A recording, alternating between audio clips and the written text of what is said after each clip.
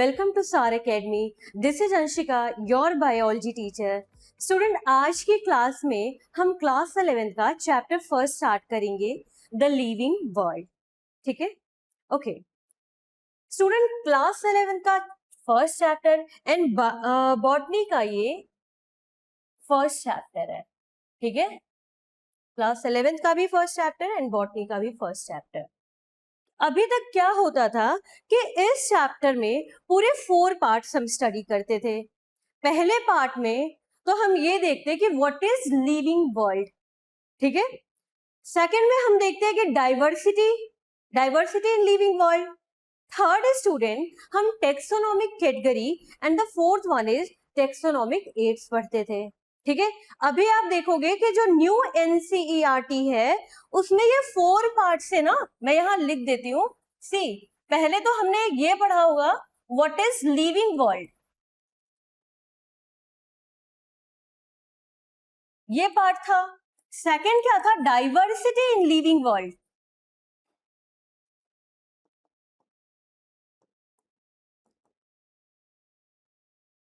Third one is taxonomic category.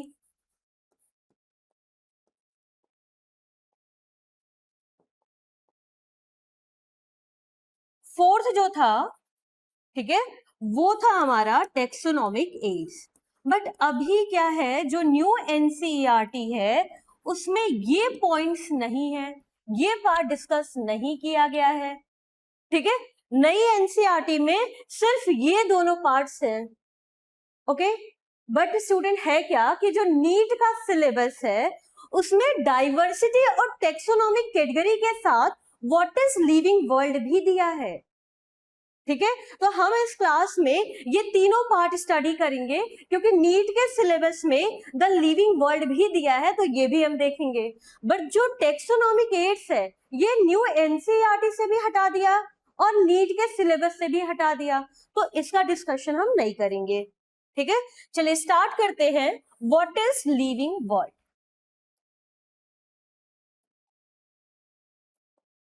अब ये living world, ये जो लिविंग है, what is living, not living world, what is living. सबसे पहले तो हम ये देखेंगे कि ये लिविंग क्या है। तो आप कहोगे मैम ये तो बड़ा आसान है। ठीक है भाई, लिविंग जो चल सकते हैं, बोल सकते हैं, खेल सकते हैं, मूव कर सकते हैं, ठीक है, ईट कर सकते हैं, ये सब लिविंग थिंग्स है। जिस जो जीवित है वो लिविंग है, बाकी सब नॉन लिविंग है। बट ये इतना आसान नहीं है। इस चैप्टर में हम लिविंग थिंग्स के कैरेक्टरिस्टिक्स फीचर और डिफाइनिंग फीचर दोनों ही डिस्कस करेंगे। अब ये कैरेक्टरिस्टिक फीचर क्या है और ये डिफाइनिंग फीचर क्या है, सबसे पहले तो ये समझो। ठीक है, ये जो टर्म यूज किया जा रहा है characteristic feature and defining feature,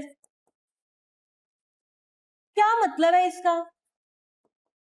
ठीक है, क्या डिफरेंस है इन दोनों वर्ड में?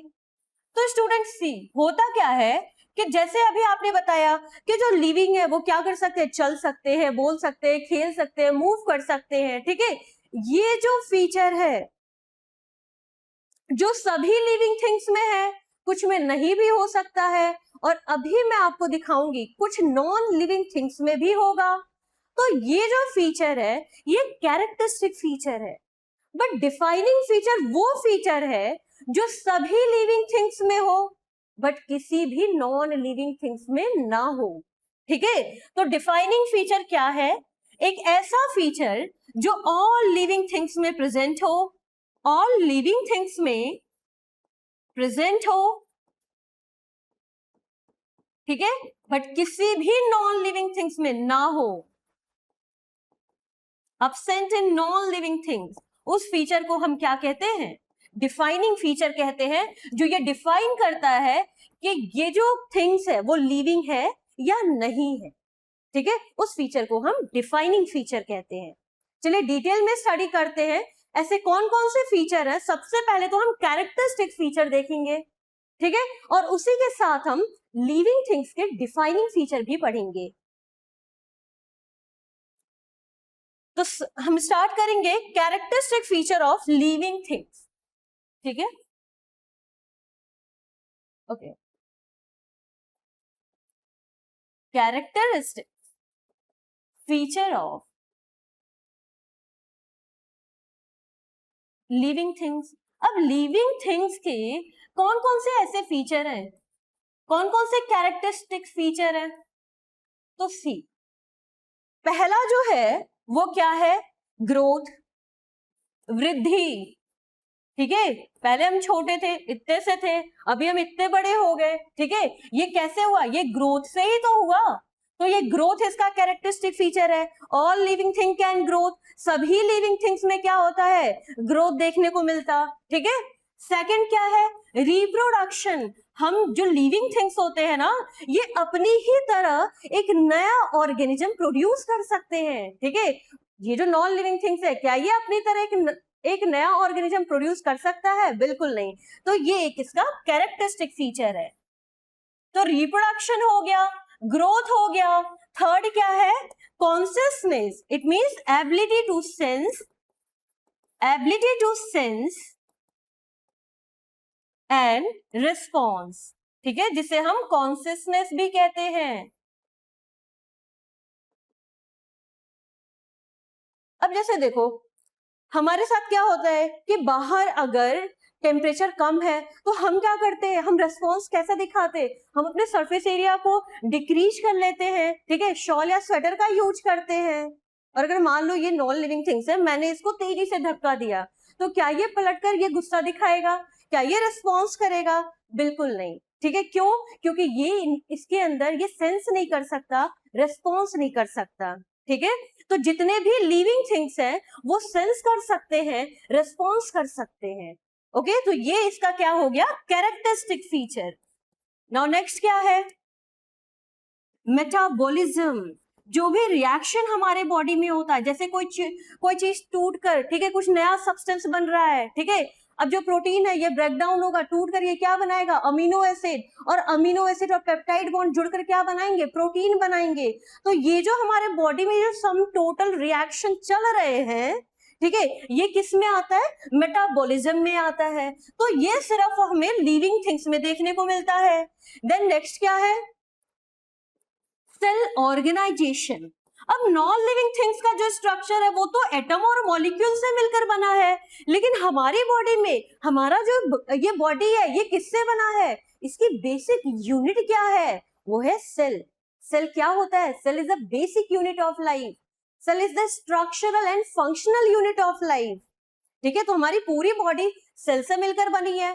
ग्रुप ऑफ सेल फिर टिश्यू बनाए, फिर ये जो ग्रुप ऑफ टिश्यू है ये ऑर्गन बना रहे हैं, देन ऑर्गन सिस्टम, तब जाकर एक ऑर्गेनिज्म बन रहा है ना। तो ये जो बॉडी है लिविंग थिंग्स में क्या होता? ये सेल ऑर्गेनाइजेशन होता है। ठीक है, तो ये हमें लिविंग थिंग्स में देखने को मिलता है। नेक्स्ट क्या है? एमर्जेंस। एमर्जेंस एक इंग्लिश वर्ड है, इसका मतलब होता है उभरना। अभी हम डिटेल इन सब की स्टडी करेंगे। नेक्स्ट जो है वो है सेल्फ रेप्लिकेशन।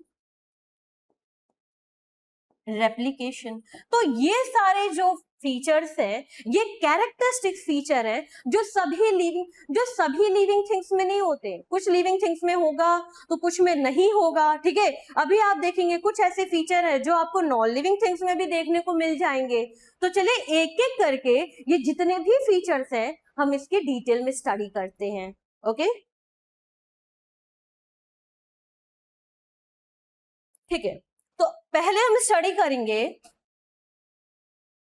ग्रोथ, वृद्धि। अब बॉडी में ग्रोथ कैसे होता है स्टूडेंट? ठीक है, ये ग्रोथ कैसे हो रहा है? तो ये ग्रोथ या तो हमारे बॉडी में नंबर ऑफ मास इंक्रीज कर रहा है, एंड जब नंबर ऑफ सेल बढ़ रहे हैं तो हम क्या कह रहे हैं कि बॉडी में ग्रोथ हो रहा है। ठीक है, तो ग्रोथ दो तरीके से होगा, पहला तो नंबर ऑफ मास इंक्रीज करेंगे, सेकंड क्या होगा? नंबर ऑफ सेल्स इंक्रीज करेंगे। तो ग्रोथ के क्या है? ट्विन कैरेक्टरिस्टिक्स है। ये क्या है? ट्विन कैरेक्टरिस्टिक्स ऑफ ग्रोथ है।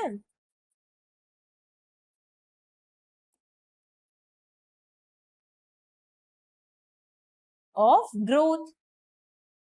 नेक्स्ट स्टूडेंट, ये जो ग्रोथ है ना ये टू टाइप के होते हैं। पहला जो है वो है इंट्रिंसिक। क्या है? Intrinsic growth, and second one is extrinsic growth.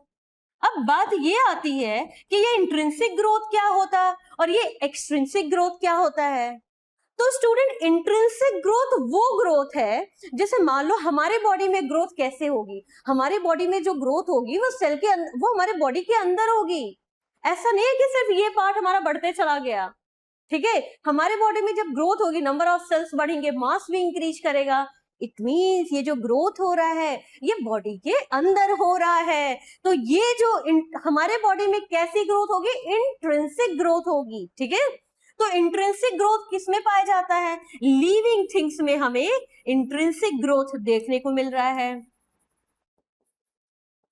ऐसा तो नहीं है ना कि हमारे बॉडी पे कोई एक्सटर्नल कुछ ऐसे सब्सटेंस आकर एक्यूमुलेट हो रहे हैं और हमारी हाइट इंक्रीज कर जा रही है, नहीं, ठीक है। हमारे बॉडी में जो भी ग्रोथ हो रहा है वो इनसाइड द बॉडी हो रहा है, ठीक है। तो ये हो गया, ये लिविंग थिंग्स हो गया, intrinsic growth. Intrinsic growth living things में पाए गए, ठीक है, होता है। अब मान लो पहले आप इतने से थे, ठीक है, अभी आप इतने बड़े हो गए, तो ऐसा तो है नहीं अब कल को आप चाहो कि फिर मैं इतना बड़ा सा हो जाऊं, तो क्या ये पॉसिबल है क्या, नहीं। तो ये जो ग्रोथ है इनसाइड, ये पहला तो इनसाइड द बॉडी होता, कहां पे होता, इनसाइड द बॉडी। सेकंड, ये जो ग्रोथ है ये परमानेंट ग्रोथ है, आप चाहोगे फिर आप उसी ओरिजिनल फिर उसी ओरिजिनल फेज में आ जाओ, तो क्या ये पॉसिबल है, बिल्कुल नहीं है। तो ये जो है ये परमानेंट ग्रोथ है,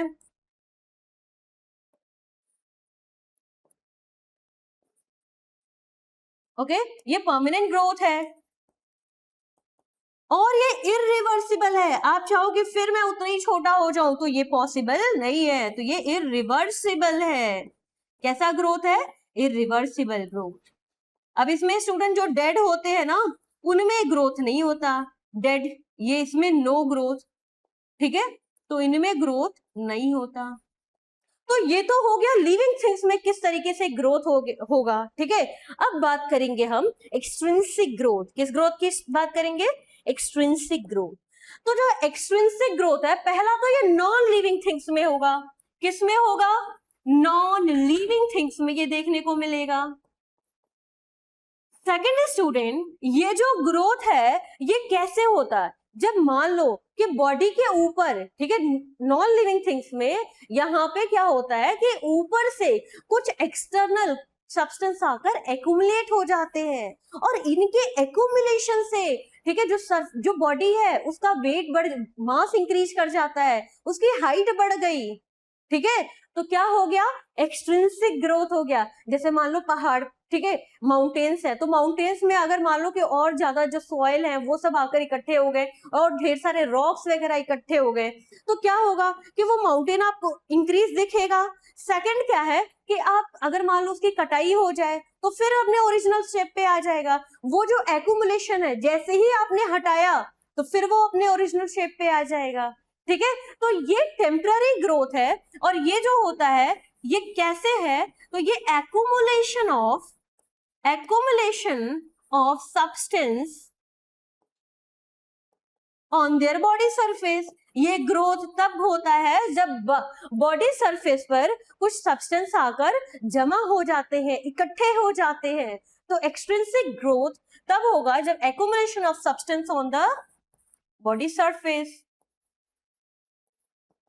नेक्स्ट स्टूडेंट, इसमें ये है कि ये एक टेम्पररी ग्रोथ है, कैसा है, टेम्पररी ग्रोथ, ठीक है, ये फिर से अपने उसी पोजीशन पर आ जाएगा, तो हम कहेंगे कि ये रिवर्सिबल होता है। कैसा होता है, रिवर्सिबल। तो कुछ एग्जांपल जैसे कौन कौन से ऐसे हैं जिनमें हमें देखने को मिलता, जैसे माउंटेन्स है, मैंने अभी आपको बताया, अगर बाहर से कुछ चट्टान और मिट्टी वगैरह आकर उस पर एक्यूमुलेट होने लगे तो माउंटेन्स का मास और हाइट क्या हो जाएगा, इंक्रीज हो जाएगा, बढ़ जाएगा। जो बोल्डर्स हैं उनमें भी ऐसे ही होता, ठीक है। और सैंड ड्यून्स, ठीक है, मान लो बालू का टीला, तो उस पर अगर मान लो हवा के वजह से और रेत आकर उस पर इकट्ठा हो गई, तो जो बालू का टीला है उसका मास भी इंक्रीज करेगा और हाइट भी इंक्रीज कर जाएगा, ठीक है। और अगर मान लो कि हवाओं के वजह से तेजी से तूफान आया या हवा चली और वो जो सब्सटेंस है वो क्या हो गया, वो हट गया, वो जो एक्यूमुलेटेड सब्सटेंस था वो हट गया, तो ऐसे में क्या होगा, वो जो सैंड ड्यून्स है वो फिर से अपने उसी पोजीशन पर आ जाएगा। तो ये जो ग्रोथ है ये टेम्पररी ग्रोथ है, रिवर्सिबल ग्रोथ है। तो ये तो हो गया इंट्रिंसिक एंड एक्सट्रिंसिक ग्रोथ। अब हम देखेंगे ये जो इंट्रिंसिक ग्रोथ है जो कि हमें लिविंग थिंग्स में देखने को मिल रहा है, चलिए देखते हैं एनिमल्स में कैसे ग्रोथ होगा और प्लांट्स में कैसे होगा। ओके सी, अब हम ये जो ग्रोथ है ये प्लांट्स में कैसे होगा और एनिमल्स में कैसे होगा ये देख लें।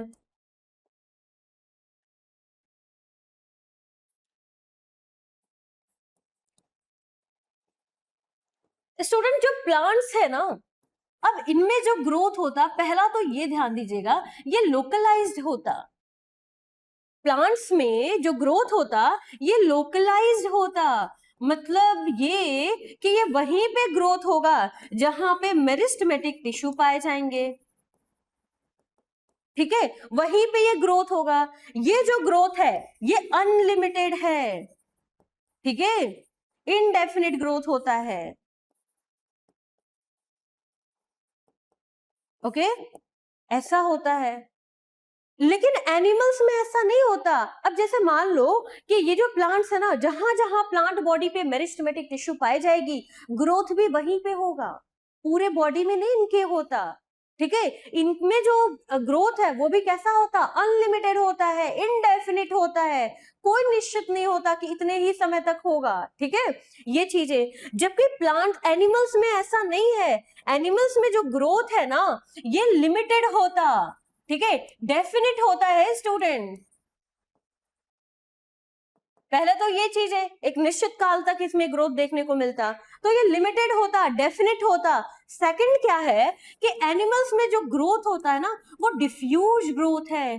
ठीक है, अब हमारे बॉडी में कभी ऐसा नहीं होता कि मान लो यहाँ पे ग्रोथ हो रहा है तो सिर्फ मेरा हाथ ही बढ़ते चला गया, नहीं, ये ग्रोथ हमारे बॉडी में डिफ्यूज ग्रोथ होती है।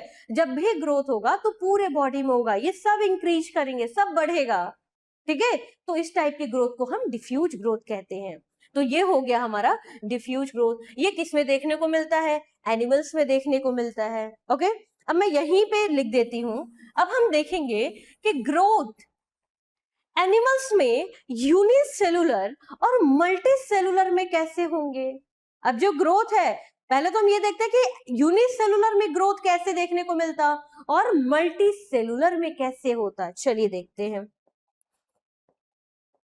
सी, नाउ नेक्स्ट हम देखेंगे कि किस टाइप का ग्रोथ यूनिसेलुलर में होता, यूनिसेलुलर एंड मल्टीसेलुलर में कैसा ग्रोथ हो रहा है।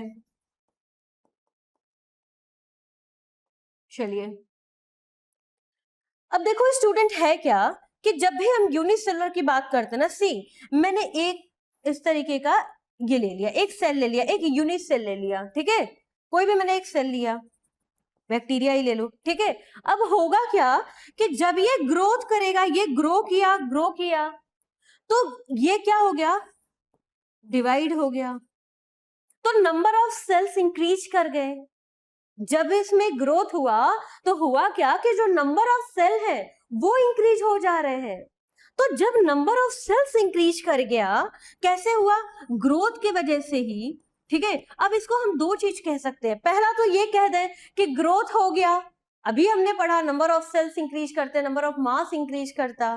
ठीक है, ग्रोथ में तो ये भी, यहाँ पे भी तो ग्रोथ हुआ क्योंकि यहाँ पे भी तो नंबर ऑफ सेल्स इंक्रीज कर रहे हैं। तो पहला तो हम ये कह दें कि नंबर ऑफ सेल्स इंक्रीज हुआ तो क्या है, ग्रोथ हो रहा है।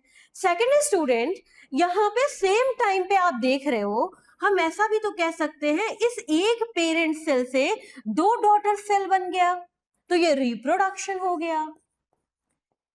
ठीक है, तो यहाँ पे इस चीज को हम ग्रोथ भी कह सकते हैं और रिप्रोडक्शन भी कह सकते हैं, कोई अलग दूसरा प्रोसेस तो हुआ नहीं।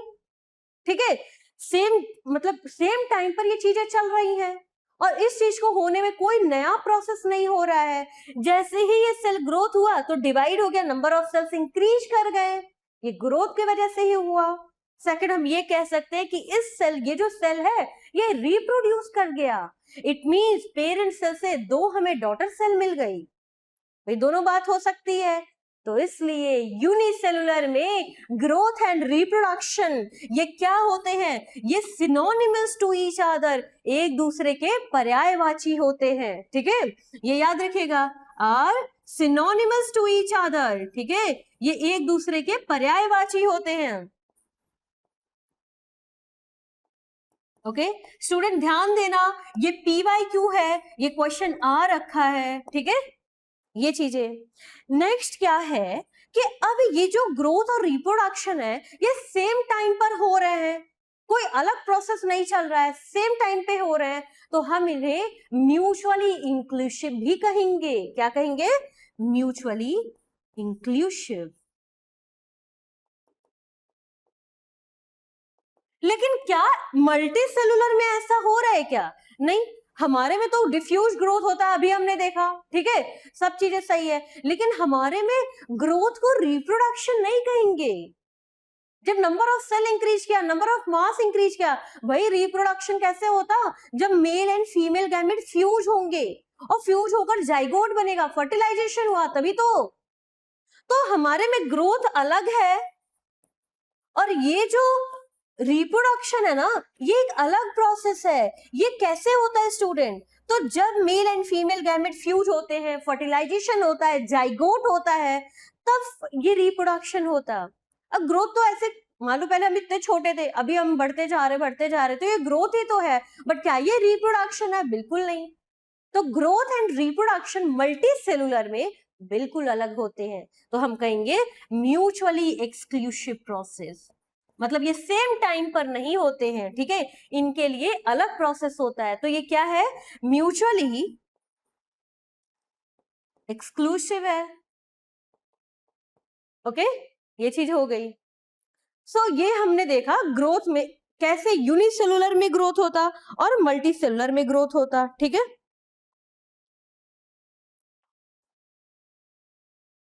ओके, अब बात आती है, चलिए ठीक है, तो ये हो गया यूनिसेलुलर मल्टी सेलुलर। क्या देख रहे हैं कि ग्रोथ जो है ये सभी लिविंग थिंग्स में है। स्टूडेंट सी, ये जो ग्रोथ है ना, ये क्या देख रहे हैं हम कि ये ग्रोथ सभी लिविंग थिंग्स में है, ये सभी लिविंग थिंग्स में देखने को मिल रहा है और नॉन लिविंग थिंग्स में भी देखने को मिल रहा है। एक्सट्रिंसिक ग्रोथ, भाई जो ग्रोथ नॉन लिविंग थिंग्स में हो उस ग्रोथ को हम क्या कहते हैं? एक्सट्रिंसिक ग्रोथ कहते हैं। तो ये सभी लिविंग थिंग्स में भी मिल रहा है और सभी नॉन लिविंग थिंग्स में भी मिल रहा है। तो इस ग्रोथ को हम, ग्रोथ क्या है? Growth is not a defining feature, ये डिफाइनिंग फीचर नहीं है। क्यों नहीं है? क्योंकि ये सभी लिविंग थिंग्स में तो मिल रहा है लेकिन सभी नॉन लिविंग थिंग्स में भी प्रेजेंट है।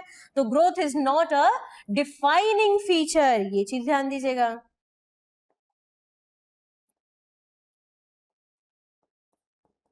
ओके, ये डिफाइनिंग फीचर नहीं है, ये एक कैरेक्टरिस्टिक फीचर है कि हाँ ठीक है लिविंग थिंग्स में होता है, लेकिन ये एक डिफाइनिंग फीचर नहीं है क्योंकि ये सभी लिविंग थिंग्स में मिल रहा है और सभी नॉन लिविंग थिंग्स में भी देखने को मिल रहा है।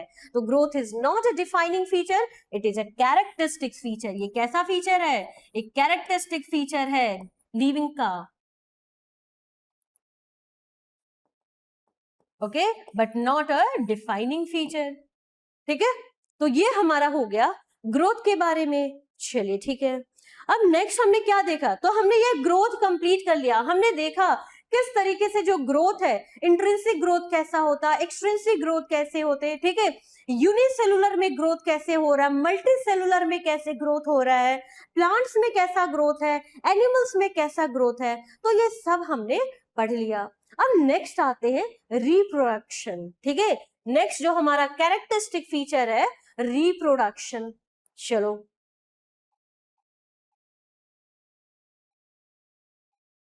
तो देखते हैं ये रिप्रोडक्शन क्या है।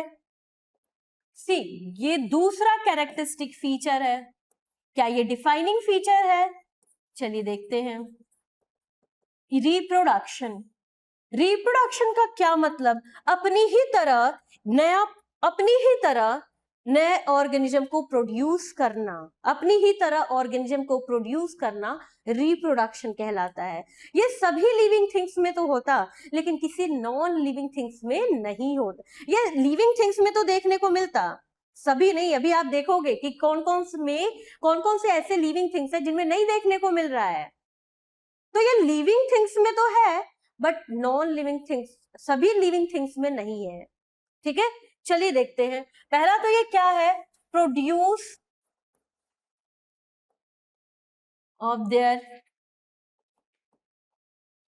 Progeny of their own kind. ठीक है, produce progeny of their own kind. तो अपनी ही तरह नए ऑर्गेनिज्म को प्रोड्यूस करना क्या कहलाता है, रिप्रोडक्शन कहलाता है। अब ये रिप्रोडक्शन कितने टाइप के होते हैं, ठीक है, मैं यहीं पे बता दूं, इतना लंबा क्यों ले जा रही, ये कितने टाइप के होते हैं। तो स्टूडेंट ये जो रिप्रोडक्शन है ये 2 टाइप का होता। पहला कौन सा है, एसेक्सुअल रिप्रोडक्शन, एसेक्सुअल रिप्रोडक्शन। और जो दूसरा है वो है सेक्सुअल रिप्रोडक्शन, सेक्सुअल रिप्रोडक्शन ये हमारा सेकंड वन है। ठीक है, अब ये एसेक्सुअल रिप्रोडक्शन क्या होते हैं और ये सेक्सुअल रिप्रोडक्शन क्या है, चलिए देखते हैं। तो स्टूडेंट एसेक्सुअल रिप्रोडक्शन में कोई गैमेट्स नहीं होगा, कोई फर्टिलाइजेशन नहीं होगा, यहाँ पे एक ही इंडिविजुअल होंगे, नो गैमेट नो फर्टिलाइजेशन। ठीक है, यहाँ पे क्या होगा, एक ही इंडिविजुअल होगा, एक इंडिविजुअल केवल यहाँ पार्टिसिपेट करेगा। अच्छा, ग्रोथ में एक चीज और देखना, सी आज जरा ग्रोथ में हम देख लेते हैं। यहाँ पे क्या हुआ कि जब यहाँ से ये जब ग्रोथ हुआ ना तो नंबर ऑफ सेल इंक्रीज किए, तो हमने ग्रोथ कहा, और इसको रिप्रोडक्शन भी कह सकते हैं। तो यहाँ पे सी हम ये भी तो कह सकते हैं कि नंबर ऑफ मास इंक्रीज किया, नंबर ऑफ सेल या इंडिविजुअल, कह सकते हैं ना। ओके, तो स्टूडेंट ये देखो, पहले यहाँ पे एसेक्सुअल रिप्रोडक्शन में कोई गैमेट नहीं, कोई फर्टिलाइजेशन नहीं, केवल एक इंडिविजुअल होता, और इसी से क्या होता है, यही यहाँ पे एक इंडिविजुअल से ही एक नया ऑर्गेनिज्म प्रोड्यूस होता है। तो हम इसे क्या कहते हैं, एसेक्सुअल रिप्रोडक्शन कहते हैं। ठीक है, जबकि सेक्सुअल रिप्रोडक्शन में ऐसा नहीं है।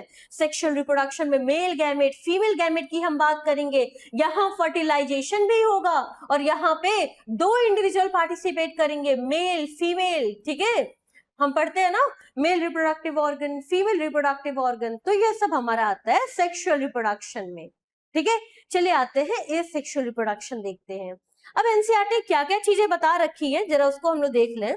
पहला तो इसने बताया, ठीक है, कि जो ईस्ट है, हाइड्रा है, ठीक है, इनमें क्या होता, ये बाय बडिंग के थ्रू इनमें क्या होता है, एक नया ऑर्गेनिज्म प्रोड्यूस होता है। सेकंड जो है स्टूडेंट फंगाई, ठीक है, ये जो फंजाई है, अब हमने पढ़ा है एल्गी फंजाई, इनमें जो रिप्रोडक्शन होता, इनमें जो एसेक्सुअल रिप्रोडक्शन होता वो किसके थ्रू होता है, स्पोर्स के थ्रू होता है। ठीक है, पढ़ा है ना, एल्गी में किसके थ्रू, जूस्पोर, और फंगाई में कोनिडिया। ठीक है, तो इनमें जो एसेक्सुअल रिप्रोडक्शन होता वो बाय स्पोर्स के थ्रू होता, स्पोर्स के थ्रू एक नया ऑर्गेनिज्म प्रोड्यूस होता। ठीक है, नेक्स्ट जो हमारा है वो क्या है, ठीक है, तो जो भी फंगाई हो गए, ठीक है, फिलामेंटस एल्गी हो गए, फिलामेंटस एल्गी हो गए, और इसके साथ प्रोटोनिमा इन मॉसेस। ओके, प्रोटोनिमा इन मॉसेस, हम प्राइमरी प्रोटोनिमा सेकेंडरी प्रोटोनिमा पढ़ते हैं ना, तो वही जब टूटते हैं तो उन्हीं से क्या होता है, जैसे मान लीजिए फिलामेंटस एल्गी एकदम ऐसे धागा नुमा संरचना होती है। ठीक है, तो जब इनका फ्रेगमेंट होता है तो हर एक फ्रेगमेंट से एक नया ऑर्गेनिज्म प्रोड्यूस होता है। तो इनमें कैसा एसेक्सुअल रिप्रोडक्शन होगा, कैसे होगा, बाय फ्रेगमेंटेशन, फ्रेगमेंट से एक नया ऑर्गेनिज्म प्रोड्यूस होगा। ठीक है, तो यहाँ पे कैसे होगा, बाई फ्रेगमेंटेशन, ठीक है, फ्रेगमेंट से एक नया ऑर्गेनिज्म प्रोड्यूस होगा, ठीक है, फंगाई में, फिलामेंटस एल्गी में और प्रोटोनिमा इन मोसिस में। तो इन सब में कैसे देखने को मिलेगा, फ्रेगमेंटेशन से मिलेगा, ठीक है। अब आते हैं कुछ रीजनरेशन, ठीक है, जैसे प्लेनेरिया हो गया, फ्लैटवर्म, ठीक है, तो इनमें कैसे होता है, ट्रू रीजनरेशन, रीजनरेशन होता है। जैसे मान लो, होता क्या है कि मान लो ये रहा, ठीक है, अब इसको ये फ्रेगमेंट में ये टूट गया, तो हर एक पार्ट से एक नया प्लेनेरिया, एक नया ऑर्गेनिज्म प्रोड्यूस हुआ, ठीक है। तो ये क्या है, ये रीजनरेशन है। मान लो कि ये अलग हुआ, तो इससे बचे हुए ये दोनों पार्ट आ जाएंगे, रीजनरेट कर गए, इस वाले पार्ट से इधर का भी आ जाएगा, उधर का भी आ जाएगा, रीजनरेट कर गया, तो हर एक पार्ट से एक नया ऑर्गेनिज्म बन गया। तो इस टाइप का ये कैसा एसेक्सुअल रिप्रोडक्शन है, ठीक है, कैसे हुआ, रीजनरेशन से हुआ, ठीक है। सो ये हो गया आपका एसेक्सुअल रिप्रोडक्शन। ओके, तो अभी हम क्या देख रहे हैं, सी, हमने ये देखा कि जो रिप्रोडक्शन है ये लिविंग थिंग्स में तो देखने को मिल रहा है। तो क्या ये किसी नॉन लिविंग थिंग्स में होगा, बिल्कुल नहीं। तो आप लिख सकते हो कि जो रिप्रोडक्शन है ये किसी भी नॉन लिविंग थिंग्स में नहीं होता। तो डू नॉट, तो ये आप ऐसे लिख सकते हो कि ये नॉन लिविंग थिंग्स में क्या है, अब्सेंट है, absent in non living things. अब बात ये आती है, क्या ये सभी लिविंग थिंग्स में होता, तो ये लिविंग थिंग्स में पाया जा रहा है, ये तो ठीक है, तो ये कैरेक्टरिस्टिक फीचर है। लेकिन बात ये है कि क्या ये सभी लिविंग थिंग्स में पाया जाता, बिल्कुल नहीं, ठीक है। चलिए देखते हैं कौन कौन सा ऐसा लिविंग थिंग्स है जिनमें ये रिप्रोडक्शन नहीं देखने को मिलता है, ठीक है। तो आते हैं, सबसे पहला जो एग्जाम्पल एनसीईआरटी में दे रखा है, ठीक है, यहां से क्वेश्चन भी आते हैं, पीवाईक्यू रहा है ये, ठीक है, इसे आप ध्यान देना। तो पहला जो है वो है म्यूल, जो कि मेल डोंकी, ओके, और फीमेल हॉर्स का क्रॉस होता,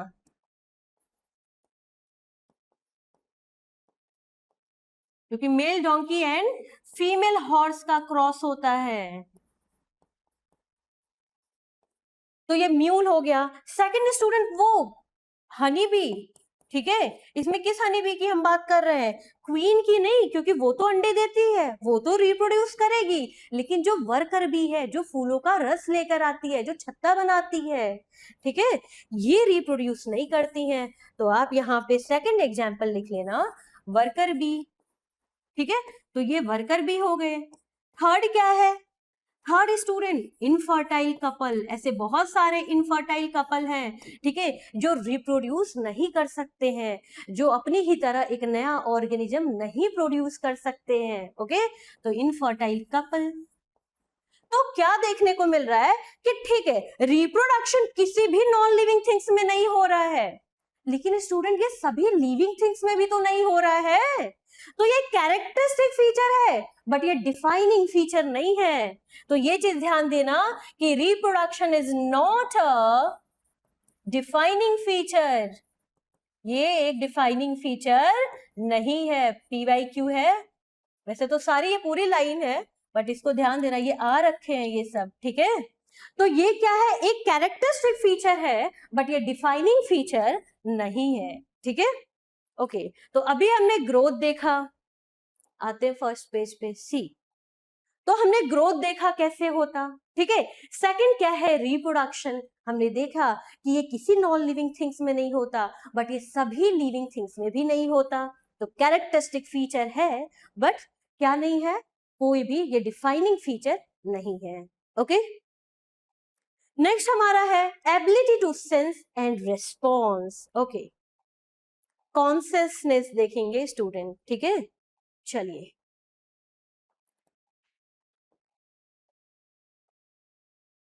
नेक्स्ट हमारा है ability to sense, ability to sense and respond. चलो देखते हैं, ठीक है, इट मीन्स कॉन्सियसनेस, ठीक है।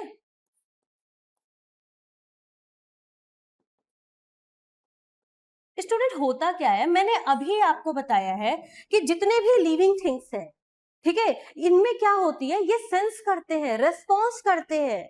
मैंने अभी आपको एग्जांपल दिया कि मान लो कि यहाँ एटमॉस्फेयर में अगर यहाँ पे टेम्परेचर लो है, तो लो टेम्परेचर में क्या होगा, आप अपने बॉडी को क्या करोगे, इसका सरफेस एरिया डिक्रीज करोगे, ठीक है, आप स्वेटर यूज करोगे, सॉल यूज करोगे, भाई ये सब करोगे ना, तो आपने सेंस किया और तुरंत रेस्पॉन्स किया।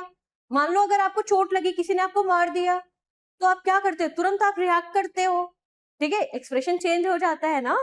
तो जैसे आपको सेंस हुआ, आपने क्या किया, रेस्पॉन्स किया। तो ये लिविंग थिंग्स में तो होता, लेकिन मान लो अगर मैंने इस बोर्ड को तेजी से धक्का दिया, तो क्या ये गुस्सा हो जाएगा, क्या ये वापस ये रिएक्ट करेगा, कुछ ये रिस्पॉन्स करेगा, बिल्कुल नहीं। क्यों नहीं करेगा, क्योंकि ये इन्वायरमेंट को सेंस ही नहीं कर सकता, ये रेस्पॉन्स ही नहीं कर सकता। तो ये जो ability to sense and response, ये सभी लिविंग थिंग्स में देखने को मिलेगा। होता क्या है स्टूडेंट, हम बहुत सारी ऐसी चीजें हैं जिसके लिए हम संवेदनशील होते हैं। जैसे मान लो वाटर, पानी का एग्जांपल मैं लेती हूँ, ठीक है। तो होता क्या है कि जो रूट होते हैं, अगर मान लो मैंने वाटर लिया, तो जो रूट है वो क्या होंगे, वो वाटर की तरफ जाएंगे, और जो शूट है वो अगेंस्ट द वाटर टेबल जाएगा। तो शूट क्या है, वाटर के, वही वाटर के लिए संवेदनशील है ना ये चीजें। अब टेम्परेचर है, मान लो बहुत सारे ऐसे ऑर्गेनिज्म है जो लो टेम्परेचर में रहते हैं, लेकिन बहुत सारे ऐसे ऑर्गेनिज्म है जो लो टेम्परेचर में सरवाइव नहीं कर सकते हैं, वो हाई टेम्परेचर में रहते हैं, ठीक है। तो वाटर हो गया, टेम्परेचर हो गया, पीएच हो गया, इनके लिए ये कुछ ऐसे फिजिकल स्टिमुलस हैं जिनके लिए हम क्या है, संवेदनशील हैं, ठीक है। ये हो गया, ये फिजिकल स्टिमुलस है। अब स्टूडेंट एक और एग्जांपल देखो, अगर मान लो कि इस एयर में SO2 जो है उसका पॉल्यूटेंट बहुत ज्यादा है, तो आप देखोगे कि वहां से लाइकेन गायब हो जाते हैं, ठीक है। तो ये क्या है, it could be chemical stimuli, okay. तो ये जो लाइकेन है, आप देखोगे कि जैसे ही एयर में SO2 इंक्रीज किया, ठीक है, ये इंक्रीज किया एयर में, तुरंत ये क्या हो जाएंगे, गायब हो जाएंगे, डिसअपियर हो जाएगा, ठीक है। तो ये क्या है, ये भाई chemical stimuli, it could be chemical stimuli ना,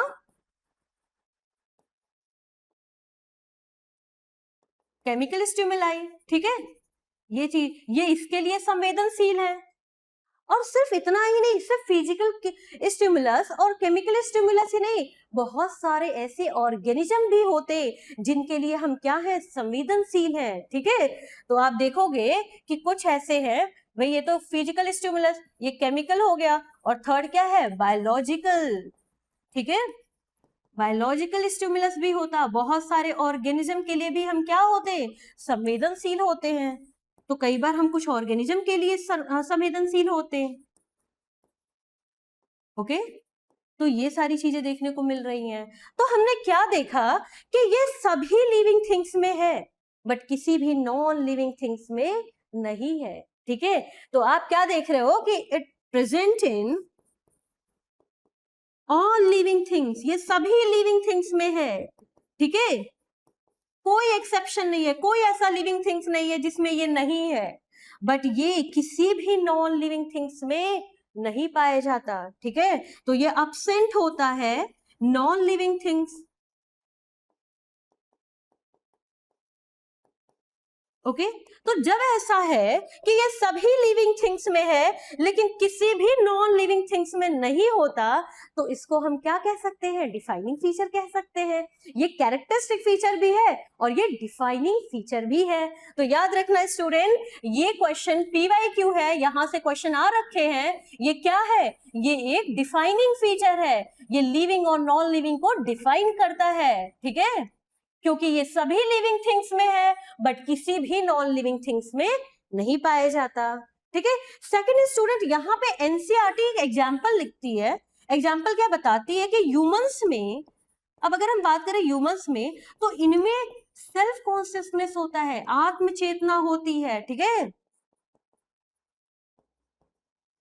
यही एक ऐसा ऑर्गेनिज्म होता जिनमें क्या होती है, आत्म चेतना पाई जाती है, सेल्फ कॉन्शियसनेस होता है। लेकिन अगर बात करें कोमा पेशेंट की, ठीक है, तो इनमें क्या ऐसा होता है, क्या इनमें सेल्फ कॉन्शियसनेस पाई जाती है, बिल्कुल नहीं, ठीक है। इनमें नो सेल्फ कॉन्शियसनेस, ये क्या कर रहे हैं इनको बिल्कुल नहीं पता होता है, ठीक है। इनमें जो भी चीजें होती है ना, इन्हें उसका कोई भी ज्ञान नहीं होता, ठीक है। कोई भी इसमें सेल्फ कॉन्शियसनेस नहीं होती है। तो ये कैसा कंडीशन होता है? ये ब्रेन डेड कंडीशन होता है, ठीक है, ये चीजें। So this is all about ability to sense and response, ठीक है। कॉन्शियसनेस हो गया, तो याद रखिएगा कॉन्शियसनेस क्या है? एक डिफाइनिंग फीचर है जो सभी लिविंग थिंग्स में होता और किसी भी नॉन लिविंग थिंग्स में नहीं होता, ठीक है। चलिए, तो हमने क्या क्या कवर कर लिया?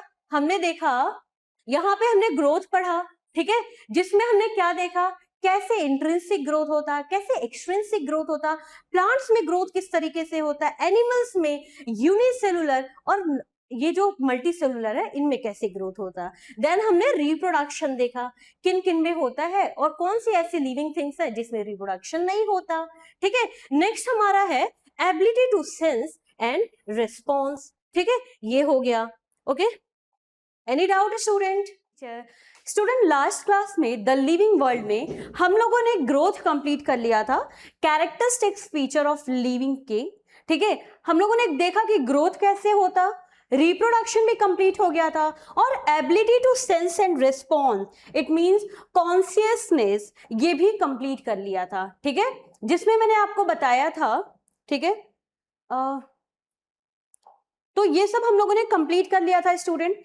Ability to sense and response, ठीक है, मैंने आपको बताया था किस तरीके से जो रूट है उसका मूवमेंट वाटर टेबल के टुवर्ड्स होता है, और जो शूट है उसका जो मूवमेंट है वो अगेंस्ट द वाटर टेबल होता है, क्योंकि वो क्या है, वो संवेदनशील है, ठीक है।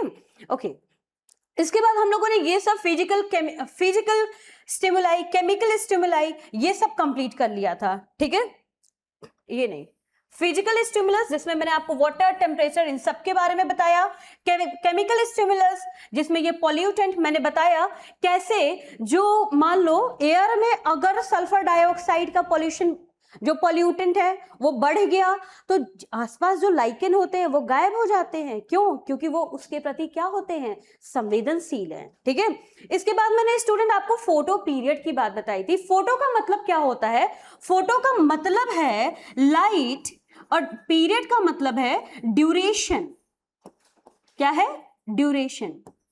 तो मैंने आपको बताया कि ये जो फोटो, कुछ ऐसे प्लांट होते हैं जो, ठीक है, केवल गर्मियों के मौसम में उनमें फ्लावर्स देखने को मिलता, कुछ ऐसे एनिमल्स होते हैं जो गर्मियों के मौसम में ब्रीड करते हैं, तो कुछ ऐसे होते हैं जो सिर्फ सर्द के मौसम में ब्रीड करते हैं। हम में नहीं स्टूडेंट, हम में तो कॉन्टिन्यूअस ब्रीडिंग होती है, ठीक है। जो ह्यूमंस हैं उनमें तो कॉन्टिन्यूअस ब्रीडिंग होती है, लेकिन ऐसे बहुत सारे प्लांट्स होते हैं जिनमें जो फ्लावरिंग होता है वो कब होता है, वो या तो गर्मियों के मौसम में होगा या तो सर्दियों के मौसम में होगा। और एनिमल्स भी ऐसे कुछ हैं जिनमें या तो सर्दियों के मौसम में बच्चे होंगे या तो गर्मियों के मौसम में, ठीक है।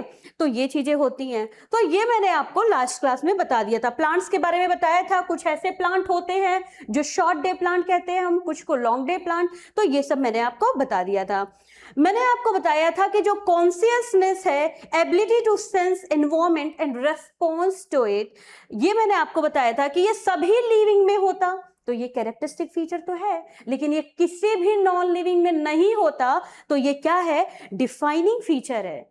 और मैंने आपको बताया था कि ह्यूमन एक ऐसा लिविंग ऑर्गेनिज्म है जिसमें सेल्फ कॉन्शियसनेस होता है, आत्म चेतना होती है।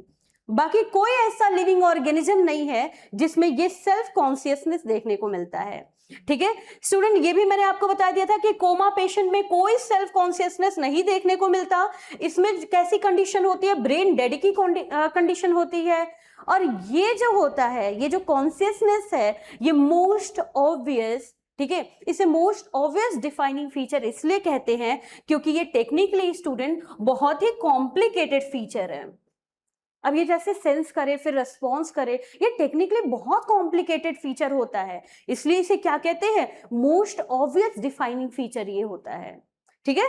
तो ये सारी चीजें हमने लास्ट क्लास में कंप्लीट कर लिया था। आज की क्लास में हम देखेंगे metabolism. What is metabolism? Metabolism क्या है, ठीक है। तो समझना, जो सम टोटल केमिकल रिएक्शन होते हैं ना हमारे बॉडी में, ऐसे समझो जो हमारे बॉडी में जो सम टोटल केमिकल रिएक्शन होते हैं उनको हम क्या कहते हैं? मेटाबॉलिज्म। ओके, सो ये क्या है? मेटाबॉलिज्म। तो आप लिखेंगे द सम टोटल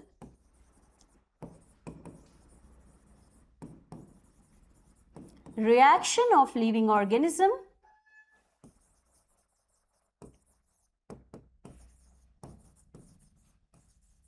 ये क्या होता है?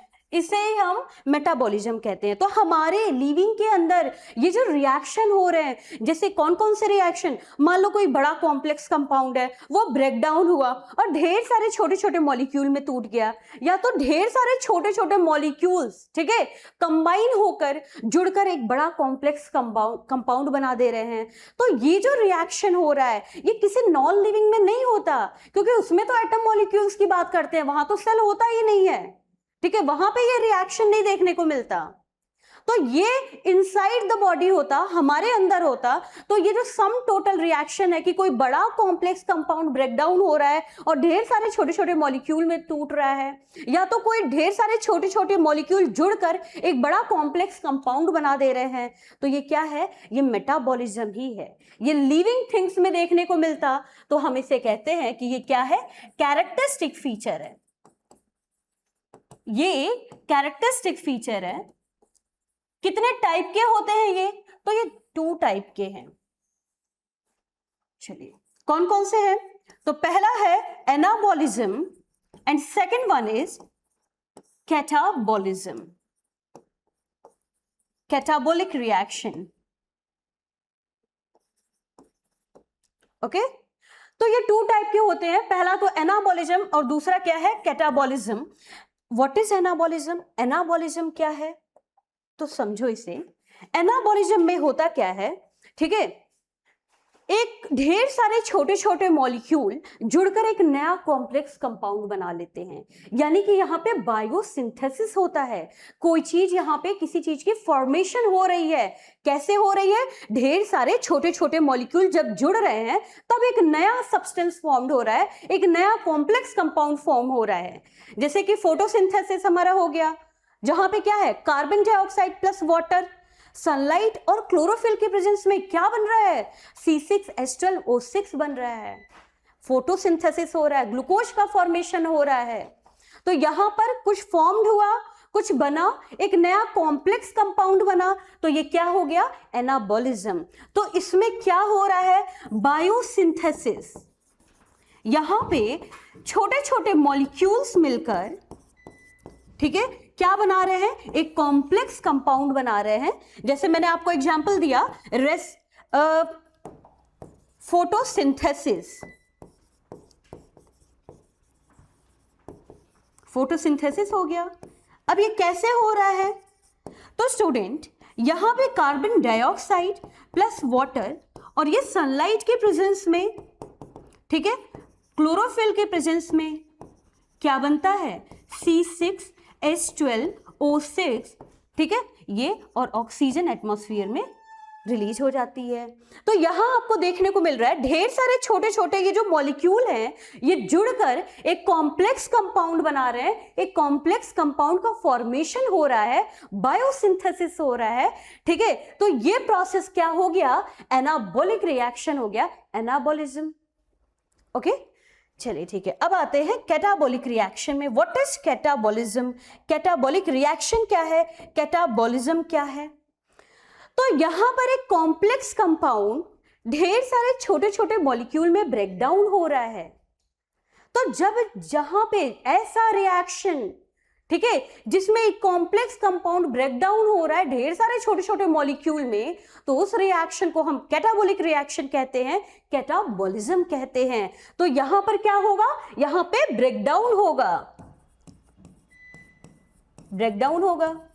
अभी जब मैं आपको रेस्पिरेशन पढ़ाऊंगी तो मैं उसमें बताऊंगी, ठीक है, कि होता क्या है रेस्पिरेशन में। जैसे कि मान लीजिए ये जो ग्लूकोज है,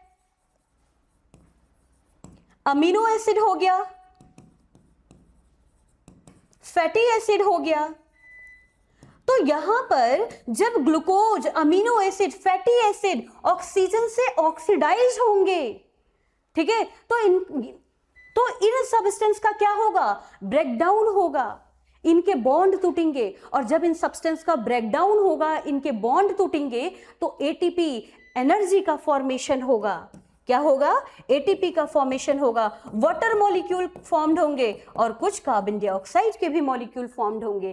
तो क्या यहां पे दिख रहा है, एक बड़ा कॉम्प्लेक्स कंपाउंड ब्रेकडाउन हो रहा है छोटे छोटे मॉलिक्यूल्स में। तो जब जहां ऐसा होता कि एक कॉम्प्लेक्स सब्सटेंस ब्रेकडाउन होकर ढेर सारे छोटे छोटे सब्सटेंस बनाता है, तो उस रिएक्शन को कैटाबॉलिक रिएक्शन कहते हैं, कैटाबॉलिज्म कहते हैं। ठीक है, ये बात समझ में आई? ओके, तो ये हो गया एनाबॉलिज्म एंड कैटाबॉलिज्म। चलो ठीक है, अब नेक्स्ट क्या है, मान लो कि हमारे बॉडी में, जैसे हमारे बॉडी में क्या होता कि ये कार्बन डाइऑक्साइड प्लस वाटर, ठीक है, ये मिलकर क्या बनाते हैं, बाइकार्बोनेट बना रहे हैं। ठीक है, ओके, तो ये तो हमारे बॉडी के अंदर हो रहा है, सेल के अंदर हो रहा है। क्या इस रिएक्शन को हम सेल के बाहर, आउटसाइड द बॉडी, जिसको हम इन विट्रो कहते हैं, क्या इस रिएक्शन को हम लैब में टेस्ट ट्यूब के अंदर परफॉर्म कर सकते हैं? तो बिल्कुल कर सकते हैं। आप एक टेस्ट ट्यूब लो, यहां पे वाटर डालो, कार्बन डाइऑक्साइड, ठीक है, और फिर क्या बन जाएगा, ये आपका बाइकार्बोनेट बन रहा है। आपने इस रिएक्शन को टेस्ट ट्यूब के अंदर प्रिपेयर करा दिया, तो क्या मैम, ये तो एक लिविंग रिएक्शन है, इनसाइड द बॉडी हो रहा है, तो बॉडी के अंदर ये रिएक्शन हो रहा है। अब यही रिएक्शन अगर हमने टेस्ट ट्यूब के अंदर कर दिया, तो क्या ये टेस्ट ट्यूब लिविंग थिंग्स हो गया? नहीं भाई, ये टेस्ट ट्यूब कैसे लिविंग थिंग्स हो जाएगा? लेकिन हाँ, क्योंकि हमने एक लिविंग रिएक्शन को टेस्ट ट्यूब के अंदर, outside the body, in vitro perform किया है, तो ये रिएक्शन लिविंग होगा। लेकिन ये जो टेस्ट ट्यूब है, ये लिविंग नहीं होगा। ठीक है, तो ये एक लिविंग रिएक्शन को हम आउटसाइड द बॉडी, सेल के बाहर, इन विट्रो, टेस्ट ट्यूब के अंदर भी परफॉर्म करा सकते हैं। ठीक है, तो ये एक लिविंग रिएक्शन है। तो क्या हमने देखा, हमने ये देखा कि ये जो मेटाबॉलिज्म है, ये सभी लिविंग ऑर्गेनिज्म में है, ऑल लिविंग थिंग्स में देखने को मिल रहा है, लेकिन किसी भी नॉन लिविंग थिंग्स में नहीं देखने को मिल रहा है, absent in non living things. तो ये सभी नॉन लिविंग थिंग्स में एब्सेंट है।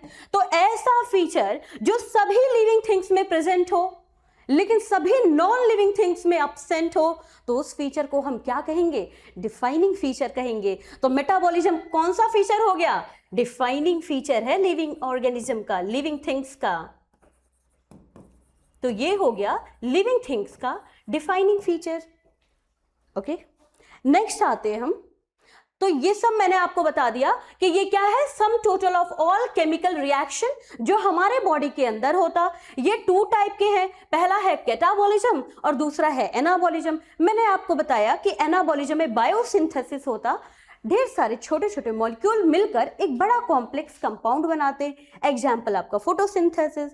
यहां पर मैंने बताया ढेर सारे, अब ये कॉम्प्लेक्स कंपाउंड ब्रेक डाउन होगा तो ढेर सारे छोटे छोटे मॉलिक्यूल बन जाएंगे। ये हो गया कैटाबॉलिक रिएक्शन। और यहां मैंने आपको बताया कि हम लिविंग रिएक्शन को, ठीक है, टेस्ट ट्यूब के अंदर, आउटसाइड द बॉडी भी परफॉर्म कर सकते हैं। तो ये सारा मैंने आपको बता डाला है। ओके, नेक्स्ट आते हैं सेल ऑर्गेनाइजेशन। ठीक है, अब ये सेल ऑर्गेनाइजेशन क्या है,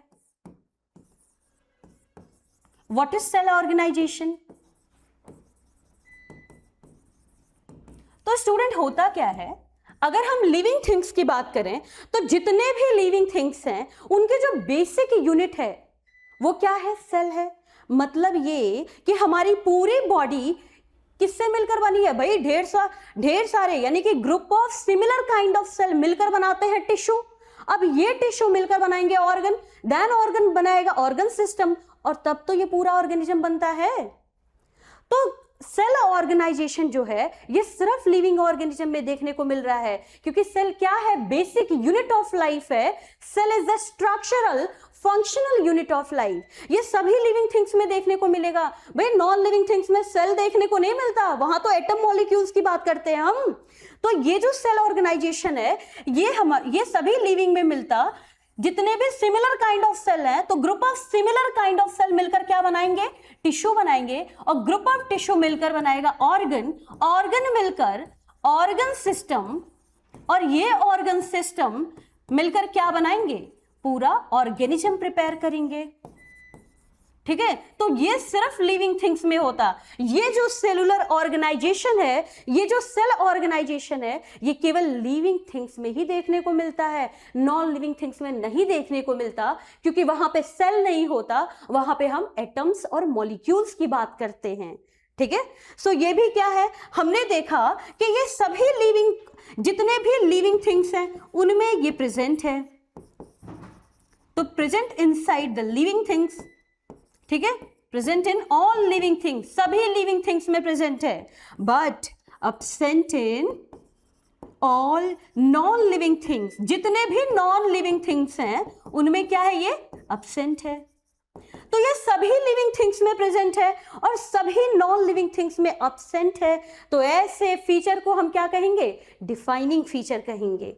तो ये भी हमारा जो सेल ऑर्गेनाइजेशन है, ये भी लिविंग थिंग्स का डिफाइनिंग फीचर हो गया।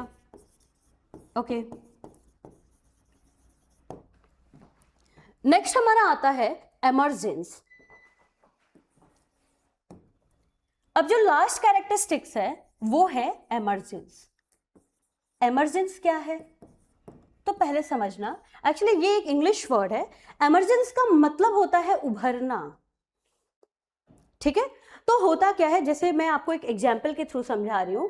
जैसे मान लो क्लास में एक बच्चा है, बहुत शांत है, कुछ नहीं बोल रहा है, चुपचाप बैठा हुआ है क्लास में, लेकिन जैसे ही उसके फ्रेंड आते हैं वो एकदम डायनामिक हो जाता है। ठीक है, तो अब क्या हुआ, ड्यू टू इंटरेक्शन, जैसे ही वो उसकी इंटरेक्शन उसके दोस्तों से हुई, वो अपने ग्रुप में आया, तो उसकी जो डायनामिक प्रॉपर्टी है वो उभर के आई। ठीक है, तो वैसे ही लिविंग थिंग्स में क्या होता, अब जैसे टिश्यू है, तो टिश्यू की प्रॉपर्टी एक इंडिविजुअल सेल में नहीं होती।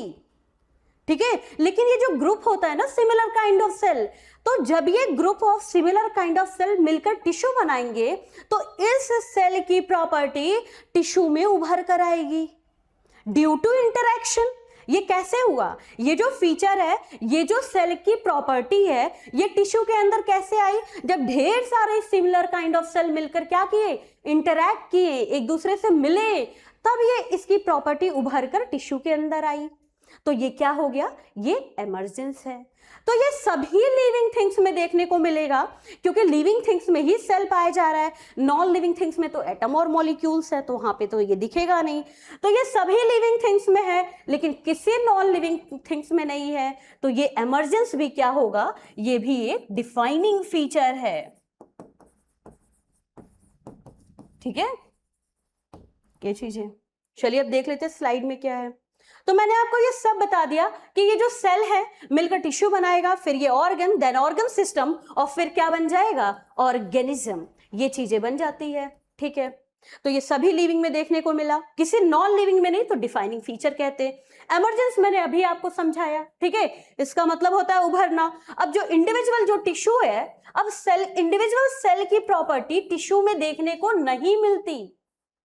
सॉरी, ये जो टिश्यू की प्रॉपर्टी है ये सेल के अंदर देखने को नहीं मिलेगी, लेकिन अब ढेर सारे सेल जब इंटरैक्ट किए, जब मिले, ठीक है, तो इस सेल की प्रॉपर्टी टिश्यू में उभर कर आएगी। ठीक है, एमर्जेंस हुआ। ओके, तो ये हो गया। ओके, तो ये भी क्या है, एक डिफाइनिंग फीचर है, जो कैसे आ रही है, इंटरेक्शन से आ रही है।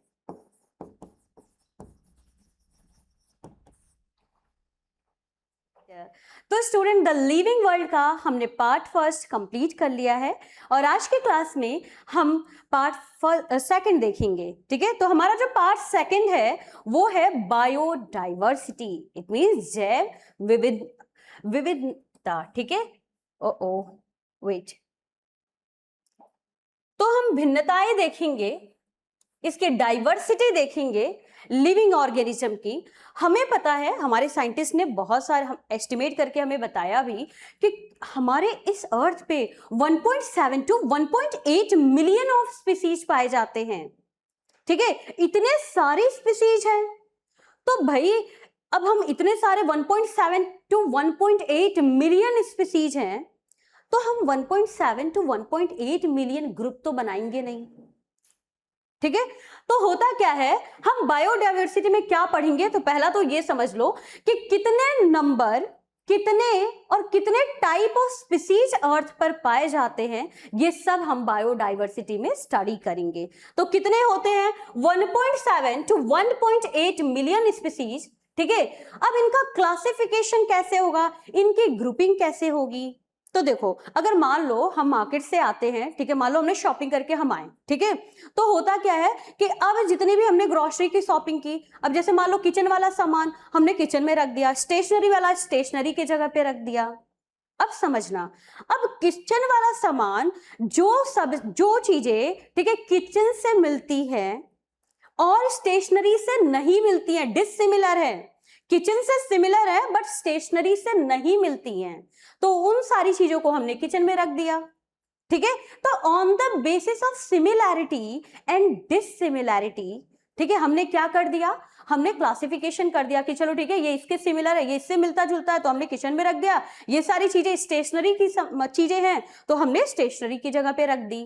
तो ऐसे ही साइंस में भी जो क्लासिफिकेशन है, किस बेसिस पे, सिमिलैरिटी एंड डिसिमिलैरिटी पर। ठीक है, इसको हमने क्या कहा, टेक्सोनॉमी।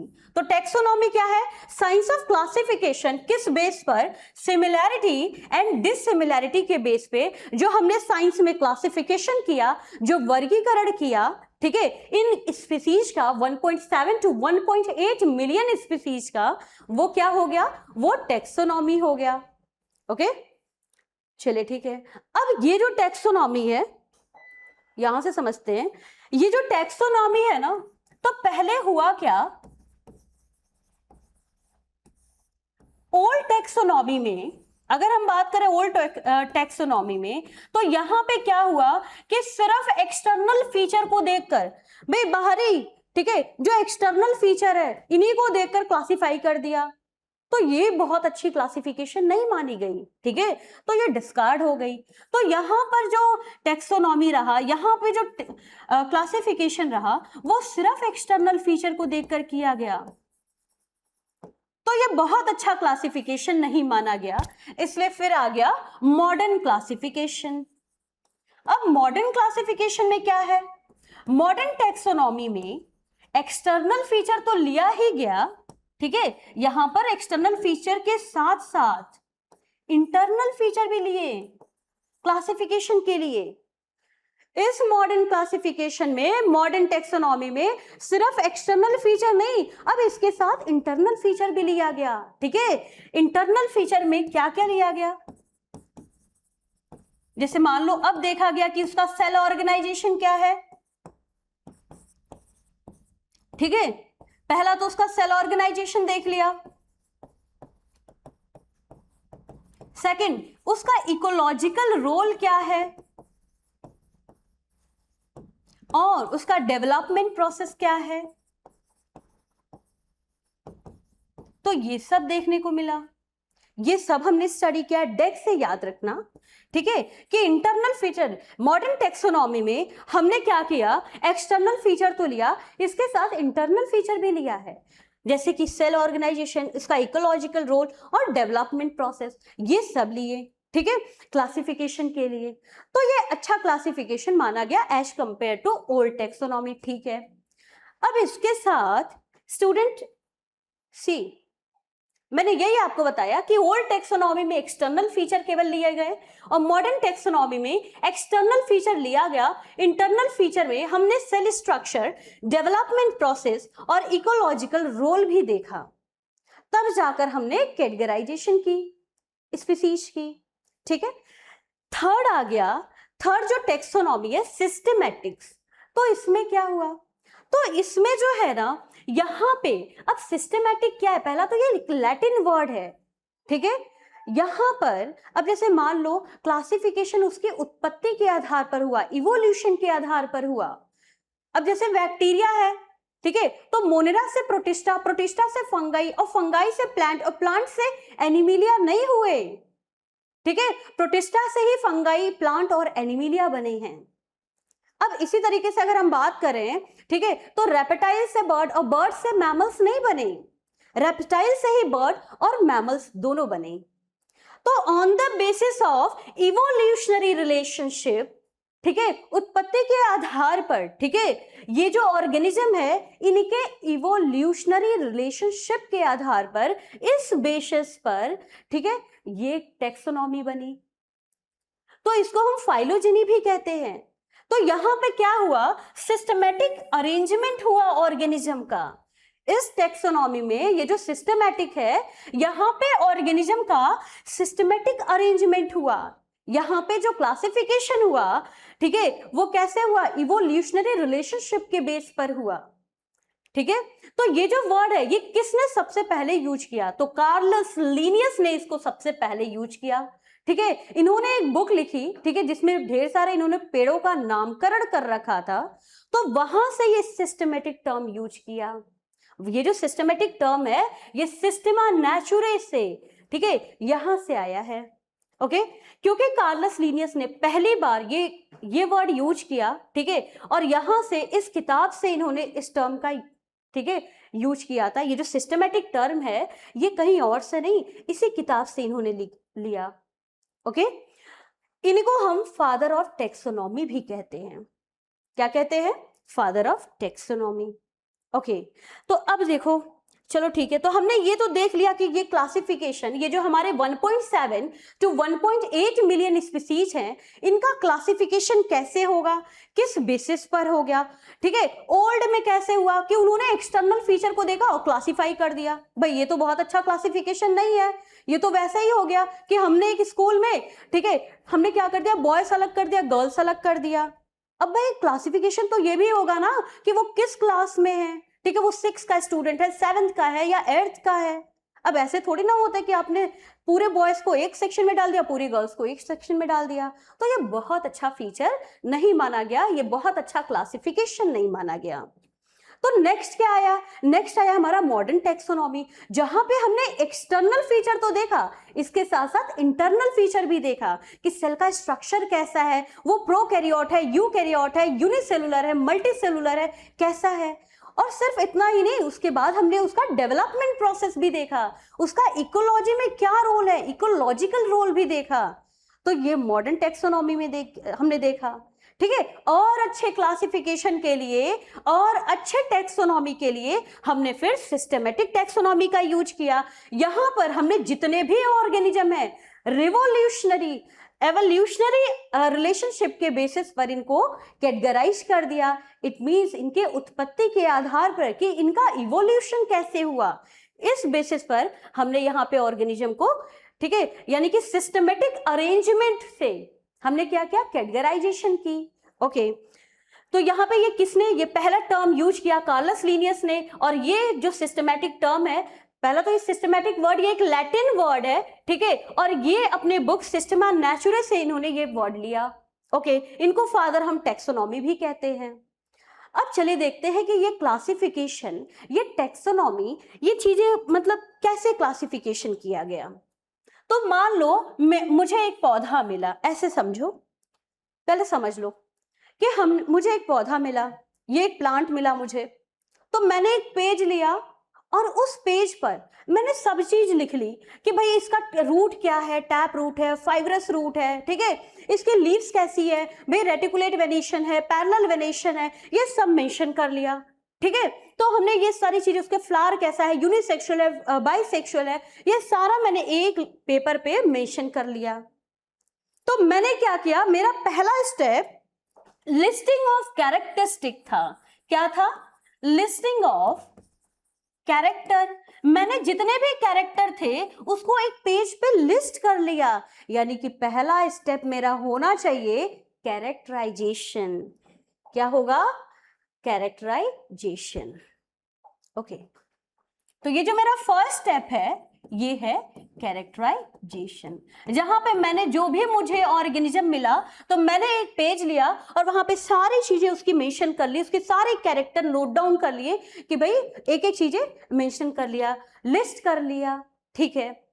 सेकंड क्या किया मैंने, सेकंड अब जब मेरे पास पूरी उसके कैरेक्टर की लिस्ट है तो अब मैं मिलाऊंगी, अब तो मैं पहचानूंगी ना, अब मैं आइडेंटिफाई करूंगी कि ये लिस्ट, ये कैरेक्टर क्या किसी ग्रुप से मिलता जुलता है, तो मैं आइडेंटिफाई करने की कोशिश करूंगी। तो सेकंड जो हमारा है वो है आइडेंटिफिकेशन, ये रहा। और अगर मुझे मिल गया कि हाँ ये सारे कैरेक्टर तो इस ग्रुप में मिलते जुलते हैं, तो वो मैंने क्या कर दिया, फिर मिल गया तो मैंने उसको, ठीक है, क्लासिफिकेशन कर दिया, क्लासिफाई कर दिया। लेकिन क्या होगा अगर मुझे नहीं मिला, वो जो कैरेक्टर है वो किसी से मैच नहीं किया, वो एकदम नया है, तो फिर पहले मैं नामकरण करूंगी, नॉमेनक्लेचर, ठीक है। तो जो हमारा फोर्थ स्टेप होगा वो क्या हो जाएगा, नॉमेनक्लेचर। तो फिर समझना, ठीक है, कि इसमें हमने क्या किया। सबसे पहले मुझे एक प्लांट मिला या जो भी एक ऑर्गेनिज्म मुझे मिला, एक प्लांट मिला, तो मैं उसको एक पेज पे मैंने उसकी सारी लिस्टिंग कर दी कि भाई इसका रूट कैसा, इसका शूट कैसा, इसके लीव्स कैसी हैं, इसके फ्लावर कैसे हैं, सारे कैरेक्टर मेंशन कर दिए। अब मेंशन करने के बाद मैं उसको मिलाऊंगी और ग्रुप से, ठीक है, कि क्या ये किसी से मिलता जुलता है। अगर मिलता जुलता है तो पहले तो मैंने पहचाना, आइडेंटिफाई किया कि किससे ये मिल रहा है, सेकंड हमारा आइडेंटिफिकेशन हो गया। अगर किसी से मिलता है तो थर्ड मैंने क्लासिफिकेशन कर दिया, क्लासिफाई कर दिया उस ग्रुप में। लेकिन अगर नहीं मिलता है, वो एक नया ऑर्गेनिज्म है, ठीक है, तो मैंने उसका क्या किया, उसके बाद हम क्या करेंगे, तब हम नॉमेनक्लेचर करेंगे, उसका नामकरण करेंगे। अब ये कैसे है भाई, ठीक है, और ये जरूरी क्यों है, तो सुनो। अब मान लो होता क्या है, अगर मान लो एक घर में एक ही बच्चे का, जैसे एक नाम दो बच्चे का रख दिया, मान लो चिंकी है, अब एक घर में दो चिंकी हैं, तो अगर उसकी मम्मा बुलाती है तो फायदे की बात है, तब तो दोनों आ जाएंगी, ठीक है। लेकिन जब कहीं काम की बात आएगी तो दोनों ही भाग जाएंगी, ठीक है, कोई नहीं सुनेगा। तो इसलिए यहाँ पे अब जैसे एक और एग्जांपल आप लो, होता क्या है कि मान लो अगर मैं किसी, ठीक है, कहीं पे हम ऐसे एक सेमिनार गए या कहीं पे गए, तो वहां पे पता चला एक साइंटिस्ट आए जिसने कहा कि भाई हमारे यहाँ तो मैंगो मिलता है और एक बहुत अच्छा फल है, तो किसी ने कहा नहीं नहीं हमारे यहाँ तो आम है और बहुत अच्छा फल है वो तो, ठीक है। तो बाद में पता चला भाई ये दोनों तो सेम ही चीज है। तो यहां पर क्लासिफिकेशन जरूरी हो गया, नॉमेनक्लेचर जरूरी हो गया। तो यहां पे भी, ठीक है, कार्लस लीनियस ने बाइनोमियल नॉमेनक्लेचर दिया। अब बाइनोमियल नॉमेनक्लेचर में उन्होंने क्या बताया, तो उन्होंने ये बताया, ठीक है, कि एक ऑर्गेनिज्म का एक ही नाम होगा। क्या बताया इन्होंने, कि इन्होंने ये बताया कि one name given to only one organism, एक नेम, ठीक है, एक नाम केवल एक ऑर्गेनिज्म को ही दिया जाएगा।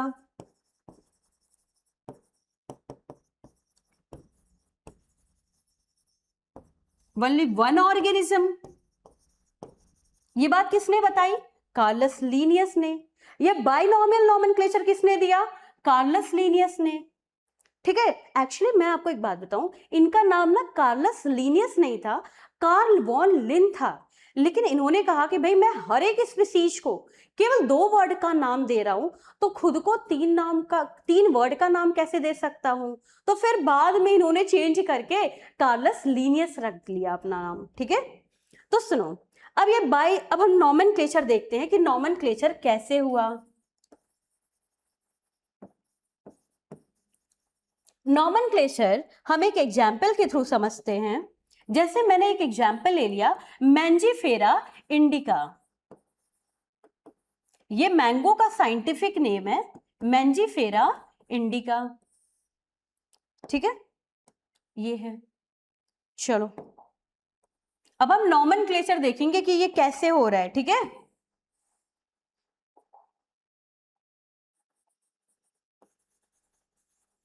तो तो यहां पर दो वर्ड है। ये जो पहला वर्ड है, ये first word, student first word आपको डिनोट करता है, ये डिनोट करेगा जीनस को, और ये हमेशा कैपिटल लेटर से स्टार्ट होगा। तो याद रखिएगा, ये जीनस डिनोट करता है और कैपिटल लेटर से स्टार्ट होता है।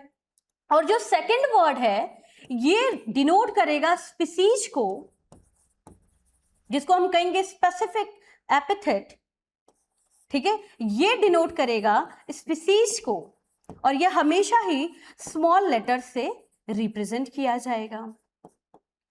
ठीक है, अगर मान लीजिए कुछ में थर्ड वर्ड भी आ जाता है, जैसे यहां पे थर्ड वर्ड भी अगर लिख कर आ जाए, तो ये जो थर्ड वर्ड है ये क्या रिप्रेजेंट करता है, ये साइंटिफिक नेम को रिप्रेजेंट करेगा, ऑथर नेम, ऑथर नेम करो आप। ठीक है, तो ये क्या होगा, ये ऑथर नेम होगा। ओके, किसमें होगा, एब्रिविएटेड फॉर्म में होगा। स्पेसिफिक एपिथेट के बाद, इट मीन स्पीसीज के बाद ये लिखा जाएगा, तो ये आफ्टर स्पीसीज इसे लिखते हैं हम, और ये इटैलिक्स में नहीं होता, इसमें नो अंडरलाइन, अंडरलाइन भी नहीं किया जाएगा। ठीक है, लेकिन यहां पे ये जो दोनों वर्ड हैं, तो इनमें क्या होगा, पहला तो ये प्रिंट होंगे इटैलिक्स में, तो प्रिंटेड इन इटैलिक्स, इसका मतलब क्या है, अगर ये इटैलिक्स में प्रिंट हो तो क्वेश्चन ये PYQ है स्टूडेंट। इटैलिक्स में प्रिंट होने का मतलब ये है, इस बात को ये डिनोट करता है कि जो इसकी ओरिजिन है वो लैटिन ओरिजिन है। ठीक है, ये PYQ है, ध्यान रखना, पूछा गया है कि इटैलिक में अगर ये प्रिंट होता है तो ये किस बात को दर्शाता है। ठीक है, to denote italic origin, sorry Latin origin.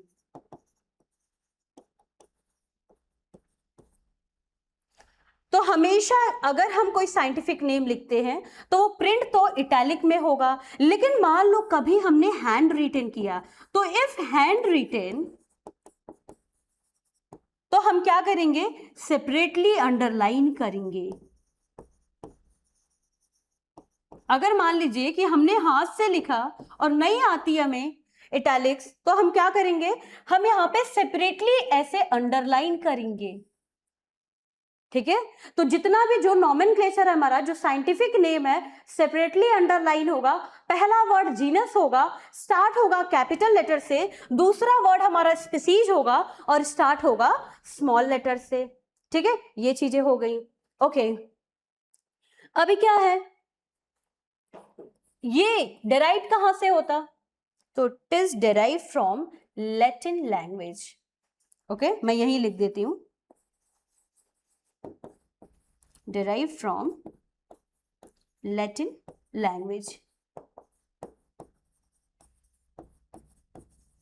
ये भी आपका PYQ है, ये तीनों ही PYQ है, प्रीवियस ईयर क्वेश्चंस हैं। ठीक है, ओके, तो ये सब मैंने आपको कंप्लीट करा दिया। मैंने आपको बताया क्लासिफिकेशन का स्टेप्स क्या है। पहले तो हम लिस्ट करेंगे कैरेक्टर को, तो कैरेक्टराइजेशन, फिर हम पहचानेंगे आइडेंटिफिकेशन, देन क्लासिफिकेशन। मैंने आपको बताया कि बाइनोमियल नोमेनक्लेचर ये कार्लस लिनियस ने दिया। ठीक है, यहाँ पे क्या है, one name given to only one organism. Okay, फिर मैंने एक एग्जाम्पल लिया और यहाँ पे ये सब मैंने आपको बता दिया है। ओके, नेक्स्ट क्या है, अब बात ये आती है, ठीक है, अब मान लो घर में अगर नाम वगैरह किसी को देना है तब तो बुआ और मौसी देती, लेकिन यहाँ पर कौन देता है नाम। अब ये जो नया ऑर्गेनिज्म हमें मिला, तो इसका नामकरण करेगा कौन, ये नॉमेनक्लेचर कौन करेगा, तो दो इंटरनेशनल बॉडी हैं। अगर वो प्लांट है, ठीक है, तो international code for botanical nomenclature, उसको नेम यहां से मिलेगा। लेकिन अगर वो एनिमल है, ठीक है, वो एनिमल किंगडम से बिलोंग कर रहा है, तो उसको जो नेम है वो international code for zoological nomenclature, यहां से नेम मिलेगा। तो ये दो इंटरनेशनल बॉडी है, ये भी आपके PYQ हैं। ठीक है, फुल फॉर्म पूछे गए हैं, आपको पता होना चाहिए। ठीक है, सो एजुकेटर स्टूडेंट, हमने द लिविंग वर्ल्ड चैप्टर में what is living and biodiversity complete कर लिया, ठीक है। अभी हम आते हैं टेक्सोनॉमिक कैटेगरी में। अब जो हमारा लास्ट पार्ट है, ठीक है, जो कि एनसीईआरटी में भी है, वो है टेक्सोनॉमिक कैटेगरी। चलिए, टेक्सोनॉमिक कैटेगरी कह लो या फिर टेक्सोनॉमिक हायरार्की। सो टेक्सोनॉमिक कैटेगरी में हम क्या पढ़ेंगे, ठीक है, चलिए देखते हैं। स्टूडेंट, बेसिकली हम इस चैप्टर में ना, इस चैप्टर के इस पार्ट में हम द लिविंग वर्ल्ड चैप्टर के टेक्सोनॉमिक कैटेगरी इस पार्ट में हम क्या पढ़ेंगे, हम स्टेप्स ऑफ क्लासिफिकेशन पढ़ेंगे कि ये जो वर्गीकरण है ये कैसे हुआ, क्या इसके स्टेप्स रहे। जैसे मान लो कि एक स्कूल है, स्कूल में क्लास होते, देन क्लास में सेक्शन होता, फिर सेक्शन में क्या होता, रोल नंबर होता, ठीक है। तो ऐसे ही यहाँ पे किस तरीके से कैटेगराइज किया गया है, क्या क्लासिफिकेशन रहा है, हम ये चीजें पढ़ेंगे। ओके, चलो, तो बेसिकली इस हम टेक्सोनॉमिक कैटेगरी में क्या पढ़ने वाले हैं, स्टेप्स ऑफ क्लासिफिकेशन। ओके, चलिए, अब देखिए, जितने भी मान लो कि हमने कैटेगराइज किया, हर एक कैटेगरी ना, जब हम क्लासिफिकेशन करेंगे तो जो हमने कैटेगराइज किया, तो हर एक कैटेगरी, ईच कैटेगरी को हम क्या कहते हैं, रैंक कहते हैं या फिर टेक्सॉन कहेंगे। तो ये नोट डाउन कीजिएगा कि ईच कैटेगरी क्या कहलाती है, इसको हम रैंक कहते हैं या फिर हम टेक्सॉन कहते हैं। अब ये टेक्सॉन क्या है, तो टेक्सॉन यूनिट ऑफ क्लासिफिकेशन है। क्या है, यूनिट ऑफ क्लासिफिकेशन, ठीक है। इस तरीके से 7 एसेंशियल क्लासिफिकेशन होते हैं। चलिए हम देखते हैं, ठीक है। तो कितने एसेंशियल क्लासिफिकेशन होंगे, 7 एसेंशियल क्लासिफिकेशन। अब इस 7 एसेंशियल क्लासिफिकेशन को हम याद कैसे रखेंगे, क्योंकि बहुत सारे क्वेश्चन आते हैं, ठीक है, इनके सीरीज में भी क्वेश्चन आते हैं। चलिए देखते हैं, मैं आपको एक ट्रिक बताती हूँ याद करने का, बहुत आसान है, ठीक है, इसे याद करना। कीप पॉट्स क्लीन और फैमिली गेट सिक। बर्तन साफ रखो वरना फैमिली बीमार पड़ जाएगी, ठीक है। तो इस ट्रिक से आप इस सारे ये जो 7 एसेंशियल क्लासिफिकेशन है, आप इसे याद कर सकते हो, ठीक है। चलो देखते हैं, अब ये कौन कौन से एसेंशियल क्लासिफिकेशन है। तो सबसे पहले आपका आएगा किंगडम, देन क्या आ जाएगा, अगर वो जानवरों की बात कर रहे हैं, अगर हम जानवरों की बात करेंगे तब तो ये फाइलम हो गया, और प्लांट्स के लिए डिवीजन। ओके, नेक्स्ट है क्लास, फिर हो गया ऑर्डर, देन फैमिली, जीनस, और फिर आ गया स्पीसीज। तो आप इस ट्रिक से कीप पॉट्स क्लीन और फैमिली गेट सिक, आप इस ट्रिक से इस 7 एसेंशियल क्लासिफिकेशन की जो सीरीज है, जो क्रम है, आप इसको याद कर सकते हो, ठीक है। स्टूडेंट, बहुत इंपॉर्टेंट है, क्योंकि कई बार ना एग्जाम में नीट में ये दोनों देकर ये पूछ सकता है, ठीक है, या ये दोनों देकर ये पूछ लिया, या कई बार तो क्या होता है कि इसको असेंडिंग और डिसेंडिंग ऑर्डर में दे देता है अरेंज करने के लिए, मैच द फॉलोइंग में, ठीक है। तो आपको ये क्रम याद होना चाहिए, ठीक है, कि सबसे पहले क्या है फिर क्या है। अब इसमें ये स्पीसीज क्या है, ये बेसिक यूनिट है, रियल यूनिट है क्लासिफिकेशन की।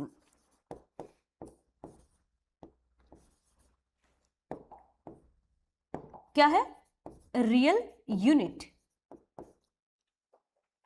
ओके, अब अगर आपसे पूछा किसी ने व्हाट इज जीनस, जीनस क्या है, so group of related species क्या हो जाएगा, जीनस। अगर हम फैमिली की बात करें कि फैमिली क्या है, तो आप क्या बोल सकते हो, group of related genus is family, ठीक है। ये तो हो गया, चलो ठीक है, अभी हम इसके सारे एग्जाम्पल की स्टडी करेंगे, बट इससे पहले एक चीज और देखिए कि जैसे ही as we go higher in classification ना, जैसे जैसे हम ऊपर जाएंगे तो होगा क्या कि यहां पे एज वी गो हायर तो क्या देखने को मिलेगा, पहला कि जो कॉमन कैरेक्टर है, जो कॉमन कैरेक्टर है वो डिक्रीज होते हुए दिखेगा। अब जैसे एक एग्जाम्पल के थ्रू समझो, मान लो कि एक लॉयन है, तो लॉयन और लॉयन में ज्यादा सिमिलैरिटी देखने को मिलेगी, ये दोनों एक दूसरे से ज्यादा क्लोज होंगे, या लॉयन और टाइगर एक दूसरे से ज्यादा क्लोज दिखेंगे। भाई ऑब्वियसली लॉयन और लॉयन में ज्यादा सिमिलैरिटी देखने को मिलेगी, ये दोनों एक दूसरे से ज्यादा क्लोज होंगे। तो जैसे जैसे हम ऊपर जाएंगे ना, तो ये जो कॉमन कैरेक्टर है ये डिक्रीज होते हुए दिखेगा। सेकंड पॉइंट क्या दिखेगा कि जो जनरल कैरेक्टर है, मतलब सामान्य सी बातें, ठीक है, दूर दूर वाली बातें, कि अगर मान लो कि मैंने कह दिया कि जितने भी अब ये जो एनिमल्स हैं ये क्या है, ये हेट्रोट्रॉप्स है, या इनमें क्या होता है, इंट्रासेलुलर डाइजेशन हो गया, तो ये ठीक है, ये जनरल बातें हैं कि एनिमल्स में क्या है, इंट्रासेलुलर डाइजेशन है और ये हेट्रोट्रॉफ है। ओके, तो जैसे जैसे हम ऊपर जाएंगे तो हमने देखा कि जो जनरल कैरेक्टर है वो इंक्रीज हो गया, ठीक है। अब भैया आप सोच भी नहीं सकते हो कि एक ही किंगडम में फाइलम, अब इसमें पोरीफेरा भी आएंगे और हम जैसे कॉम्प्लेक्स ऑर्गेनिज्म भी आएंगे, कॉर्डेटा के भी मेंबर देखने को मिलेंगे। तो क्या आप पहचान सकते हो? भाई बिल्कुल कुछ भी इसमें सिमिलैरिटी नहीं है, ठीक है। तो यहां पे क्या होगा, आप जैसे जैसे ऊपर जाओगे तो जो डिफिकल्टी है क्लासिफिकेशन की वो बढ़ती चली जाएगी। सो डिफिकल्टी इन क्लासिफिकेशन ये क्या हो जाएगा, ये बढ़ जाएगा, ठीक है, पहचानना बिल्कुल मुश्किल हो जाएगी। तो ये सारी चीजें हो गए। अब हम देखेंगे, स्टार्ट करते हैं हम जीनस से। आ जाओ। तो पहला पॉइंट हमारा जीनस है, ग्रुप ऑफ रिलेटेड स्पीसीज को हम जीनस कहते हैं, ठीक है। चलिए अब एनसीईआरटी में कौन कौन से एग्जाम्पल दिए हैं हम जरा देख लेते हैं, ठीक है। एनिमल्स में जैसे मान लो कि अगर मैंने एक एग्जाम्पल लिया पैंथेरा, तो पैंथेरा लियो हो गया लॉयन, पैंथेरा टिग्रिस हो गया टाइगर, पैंथेरा पैराडाइस हो गया पैंथर, ठीक है, लॉयन, ये टाइगर और ये पैंथर। आप क्या देख रहे हो कि यहां पे स्पीसीज अलग है, लेकिन इन सभी स्पीसीज का, ये जितने भी स्पीसीज है इनका जो जीनस है ये सेम है। तो इसमें आपको क्या देखने को मिलेगा कि ये जो लॉयन है, टाइगर है, पैंथर है, इनका जो जीनस है वो सेम है, ग्रुप ऑफ रिलेटेड स्पीसीज, ठीक है। इसी अभी तो मैंने आपको डेफिनेशन दिया ना कि जीनस है क्या, ग्रुप ऑफ रिलेटेड स्पीसीज ही तो जीनस होता। तो आप देखो कि ये सारे की स्पीसीज अलग है लेकिन इनका जीनस सेम है, तो इनमें कुछ कॉमन कैरेक्टर आपको देखने को मिल जाएंगे, ठीक है। अभी देखते हैं सेकंड जो एग्जांपल है वो प्लांट्स का दिया है, सोलेनम, एक जीनस है Solanum tuberosum, potato, Solanum मिलेंजियोना, Jiyona, मिलेंजियोना, ये क्या हो गया, ब्रिंजल, सोलेनम लाइकोपार्सिकम, लाइकोपर्सिकम, ये क्या हो गया, टोमेटो। तो यहां पे भी, इस प्लांट में भी देखो कि यहां पे क्या है, स्पीसीज अलग है लेकिन इन सभी का जो जीनस है ये क्या है, ये सेम है, ठीक है। ये एग्जाम्पल आप याद कर लेना क्योंकि बहुत इंपॉर्टेंट है, ठीक है, एग्जाम में पूछे जाते हैं। अब हम आते हैं फैमिली, सेकंड जो हमारा है वो है फैमिली। अब फैमिली क्या है, तो जिस तरीके से group of related species genus हो गया, वैसे ही ग्रुप ऑफ रिलेटेड जीनस क्या होगा, फैमिली होगा। तो देखते हैं इसमें कौन कौन सा एग्जाम्पल एनसीईआरटी ने दे रखा है, ठीक है। चलो अभी यहाँ पे क्या है, फैमिली में सबसे पहले, अच्छा हमने क्या देखा कि जो पैंथेरा है ना, इसमें लियो भी आ गया, टिग्रिस भी आ गया, टाइगर और पैराडस भी आ गया, ठीक है। इसमें आप एक और एग्जांपल देखोगे, अगर हम कैट की बात करें तो कैट का जीनस क्या है, इसका जीनस फेलिस है, लेकिन इन दोनों का ही जो फैमिली है वो फेलिडे है। क्या है? फेलिडे। भाई फैमिली सेम है, जीनस अलग अलग है लेकिन फैमिली सेम है, तभी तो कैट को टाइगर की मौसी कहते हैं, ठीक है। ये चीजें तो यहाँ पे क्या है कि ये जीनस है ना, देखो यहाँ पे फेलिस हो गया, यहाँ पैंथेरा है, बट इनकी जो फैमिली है वो सेम है। फैमिली क्या है इनकी? फेलिडे, जिसको हम कैट फैमिली कहते हैं। क्या कहते हैं?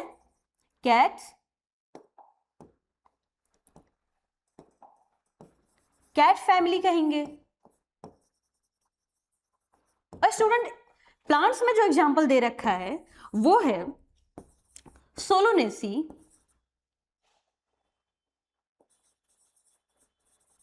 ठीक है।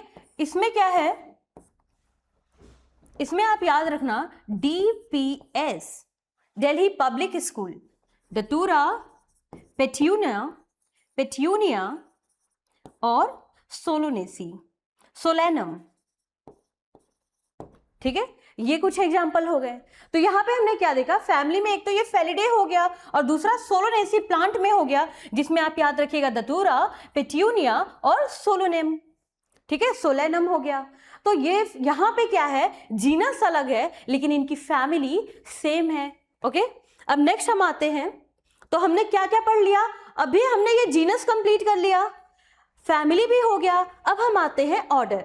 ऑर्डर क्या है? ग्रुप ऑफ रिलेटेड फैमिली क्या कहलाती है? ऑर्डर।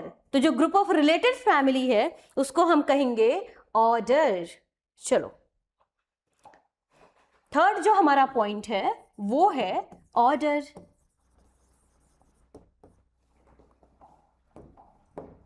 अब देखते हैं इसमें क्या क्या दिया है।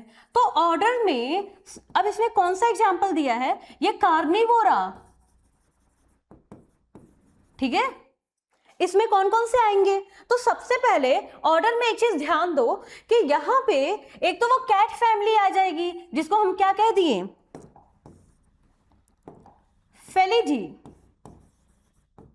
फेलिडी, ठीक है, ये कैट फैमिली हो गई।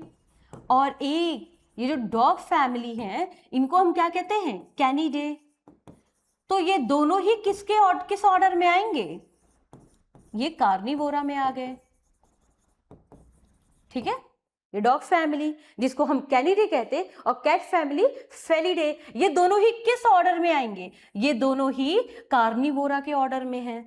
तो ये तो हो गया एनिमल का। प्लांट में क्या दिया है, पॉलीमोनियल्स, क्या दिया है, पॉलीमोनियल्स। अब पॉलीमोनियल्स में आपको दो याद रखना है, पहला है कॉन्वोलेसी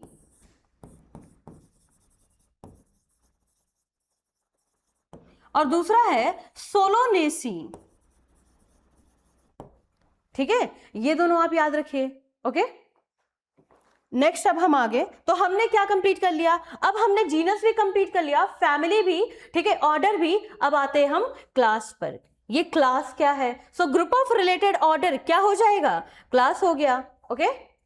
नेक्स्ट हमारा जो पॉइंट है वो है class. So group of related order,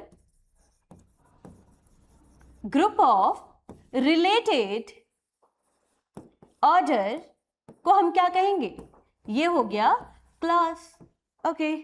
अब देखते हैं ये क्लास, कौन कौन सा क्लास इसमें दे रखा है, ठीक है। इधर देखो, सी,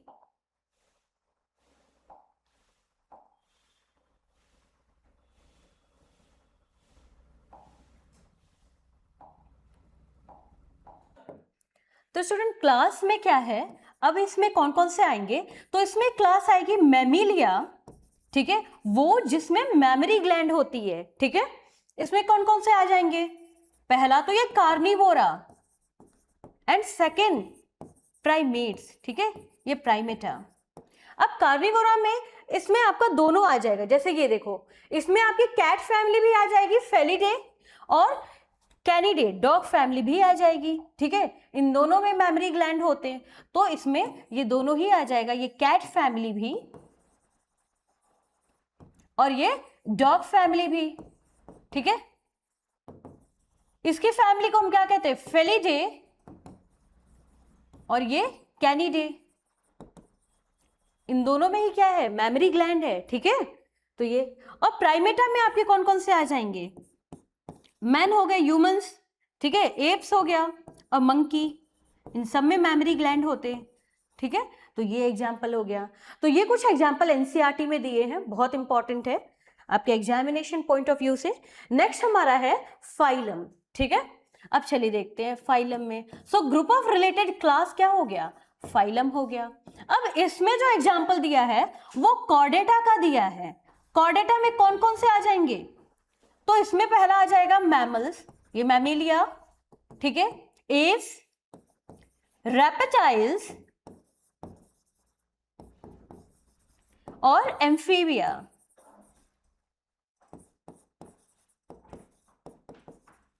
ठीक है, ये सब इसमें आ जाएंगे। तो ये हो गए कॉर्डेटा के एग्जाम्पल्स, ठीक है।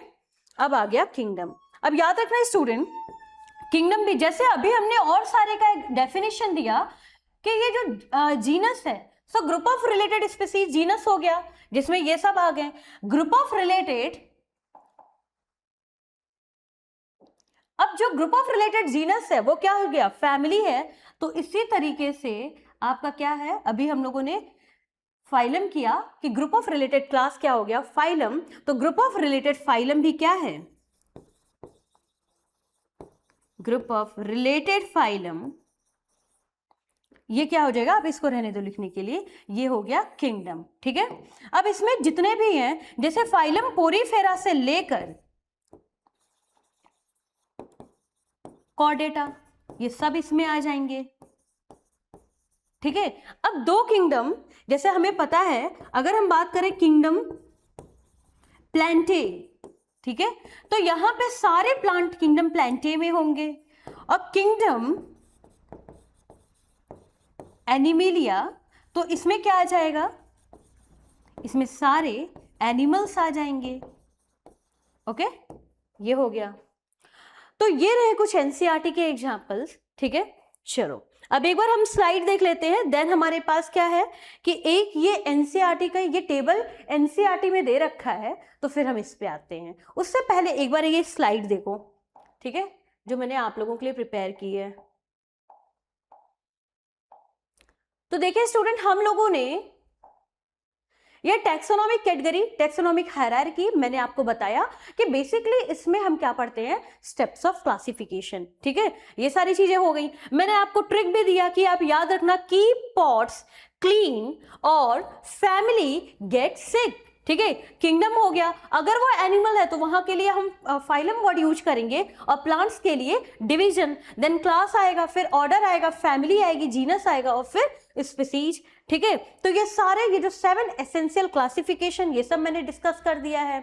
स्पीसीज में अभी हम लोगों ने कुछ एग्जाम्पल भी पढ़े हैं, ठीक है, जैसे मान लो पैंथरा टाइग्रिस और पैंथरा लियो, सोलैनम ट्यूबरोसम, सोलैनम नाइग्रम। तो यहाँ पे ये जो स्मॉल लेटर से स्टार्ट है, ये जो सेकंड वर्ड है ये क्या हो गया, ये स्पीसीज है, और ये फर्स्ट वर्ड है ये जीनस है, ठीक है। तो ये सब हम लोगों ने पढ़ लिया है। नेक्स्ट हम जो देखेंगे वो है जीनस, और जीनस में क्या, तो यहां पर आपका एग्जाम्पल हो गया Panthera leo, Panthera pardus, Panthera tigris, ठीक है, जिसमें ये जीनस है, ओके। और यहाँ पे स्पीसीज अलग है लेकिन जीनस सेम है। तो ये सब हम लोगों ने कंप्लीट कर लिया है। ऑर्डर भी, ठीक है, यहाँ पे दो, कार्निवोरा और पॉलीमोनियल्स। कार्निवोरा में ये फेलिडी कैट फैमिली और कैनिडे ये डॉग फैमिली, जबकि पॉलीमोनियल्स में कॉन्वोलेसी याद रखिए और सोलोनेसी याद रख लो आप। फैमिली भी मैंने आपको बताई है, ठीक है, यहाँ पे दो फैमिली का जिक्र है, ठीक है, एक तो फेलिडी हो गया जिसमें क्या क्या आएंगे, पैंथरा, ये सब आ गया, ठीक है, और एक सोलोनेसी जिसमें आ गया आपका सोलैनम, पिट्यूनिया और डेटूरा। नेक्स्ट आपका क्लास, ठीक है, जिसमें हमने देखा एक तो मैमिलिया, और इसमें क्या क्या आ गए, जैसे प्राइमेट्स, ठीक है, और कार्निवोरा। फिर हम लोगों ने फाइलम देखा है, ठीक है। फाइलम में मैंने आपको कॉर्डेटा के बारे में बताया कि इसमें कौन कौन से आ जाएंगे, ये fish, amphibia, reptiles, apps, mammals, ठीक है, ये सब आ जाएंगे। ओके, नेक्स्ट आपका है किंगडम। तो ये हाईएस्ट कैटेगरी है टेक्सोनॉमी का। क्या इससे भी हाईएस्ट कुछ होता? बिल्कुल, वो है डोमेन। ओके, तो यहाँ पे 2 दिया है। अब जिसमें एनिमल्स आएंगे वो कौन सा किंगडम होगा? Kingdom Animalia. और जिसमें हम प्लांट्स के बारे में स्टडी करते हैं वो क्या हो गया? Kingdom Plantae. तो ये सब मैंने आपको पढ़ा दिया, ठीक है, ये सब मैंने आपको बताया, ठीक है। ओके, अब हम लास्ट आते हैं इस टेबल पर। ओके, तो यहाँ पे स्टूडेंट सी एनसीईआरटी में कुछ कॉमन नेम दिए हैं जिनके biological name, species, genus, family, order, class, phylum और किंगडम आपको पता होना चाहिए। तो यहाँ पे ह्यूमंस है, ह्यूमन का बायोलॉजिकल नेम क्या है? होमो सेपियंस। क्या है? होमो सेपियंस। और हाउस फ्लाई का क्या है? मस्का डोमेस्टिका। मैंगो का है मैंजीफेरा इंडिका। और वीट का क्या होगा? Triticum aestivum. ओके, अब यहां पे स्पीसीज हमें पता है कि ये जो लास्ट वाला वर्ड है, ठीक है, सेपियंस स्पीसीज हो गया। यहां पे डोमेस्टिका और स्टूडेंट मैंजीफेरा इंडिका, तो इसमें स्पीसीज क्या होगी? इंडिका। इसमें क्या होगी? एस्टिवम। ओके, नेक्स्ट हम आगे जीनस। जीनस इसमें होमो होगा और यहां पे मस्का। मैंजीफेरा इंडिका में जो जीनस है हमारा वो मैंजीफेरा होगा और ट्रिटिकम क्या होगा? यहां पे ये जीनस हो गया। ओके, तो ये चीजें हो गई। नेक्स्ट अब हम आते हैं, अब इनका किंगडम क्या है? तो स्टूडेंट देखो, किंगडम से पहले होमो का जो, अब ये जो जीनस होमो है ना, ये जो ह्यूमंस है इनकी फैमिली क्या होगी? होमिनिडी। ऐसे ही मस्का डोमेस्टिका यानी कि हाउस फ्लाई, इनकी जो फैमिली है वो मस्किडी। तो ये नहीं कि फिर ऐसे ही आप इसका भी जोड़ दो, ठीक है, मैंजीफेरी, नहीं, तो इसका क्या होगा? एनाकार्डिएसी। आप ऐसे याद रखोगे, ऐसे याद कर सकते हो कि एना ने इतना इतना मैंगो खाया कि खा खा के उसको क्या आ गया? कार्डियक अरेस्ट आ गया, ठीक है। तो एनाकार्डिएसी मैंगो का हो गया, मैंजीफेरा इंडिका का। और हमारे इंडिया में ना बहुत जो कॉमन नाश्ता है वो है क्या? सुबह भी पराठे और पोहे। तो पराठे किसके बनते हैं? गेहूं के, ठीक है। अब इसमें क्या हो गया? पोएसी, पोहे, पोएसी, ठीक है, ये आप ऐसे याद रख सकते हो। इनका ऑर्डर, होमिनिडी का ऑर्डर जो होगा वो प्राइमेटा और हाउस फ्लाई का क्या होगा? डिप्टेरा। मैंगो का सैपिंडल्स और वीट का क्या होगा? पोएल्स। तो ये आप याद रखना। अब बात करते हैं क्लास की। तो क्लास, ह्यूमन कौन से क्लास में आएंगे भाई? तो ये आते हैं मैमिलिया, जिनमें मैमरी ग्लैंड पाई जाती है, ठीक है, ह्यूमंस में मैमरी ग्लैंड होती, ठीक है। हाउस फ्लाई इंसेक्टा और मैंगो किस में? तो मैंगो डाइकोटिलीडोन में, ठीक है। और वीट आ गया आपका मोनोकोटिलीडोन। अब आते हैं फाइलम डिवीजन की बात करें अगर हम, तो फाइलम यहां पे ये जो ह्यूमंस हैं ये कॉर्डेटा में आएंगे, हाउस फ्लाई ऑर्थोपोडा में, और जो मैंगो है ये एंजियोस्पर्मी और वीट जो है ये भी एंजियोस्पर्मी इसमें आ गया। चलिए ठीक है, अब कौन से किंगडम से ये बिलोंग करते हैं? तो भाई ये ह्यूमन और ये हाउस फ्लाई ये तो एनिमल किंगडम के हैं, किंगडम एनिमेलिया। और ये दोनों मैंगो और वीट किस किंगडम से बिलोंग करते हैं? Kingdom Plantae. ओके, सो ये बहुत इंपॉर्टेंट है, आप एक बार स्क्रीनशॉट ले सकते हैं। ओके, तो हमारा पार्ट ये द लिविंग वर्ल्ड, ये चैप्टर यहाँ पे कंप्लीट होता है, ठीक है। So student thank you. अगर आपको हमारा चैनल अच्छा लगा हो सो प्लीज इसे लाइक, शेयर, सब्सक्राइब करें फॉर मोर सच वीडियोज।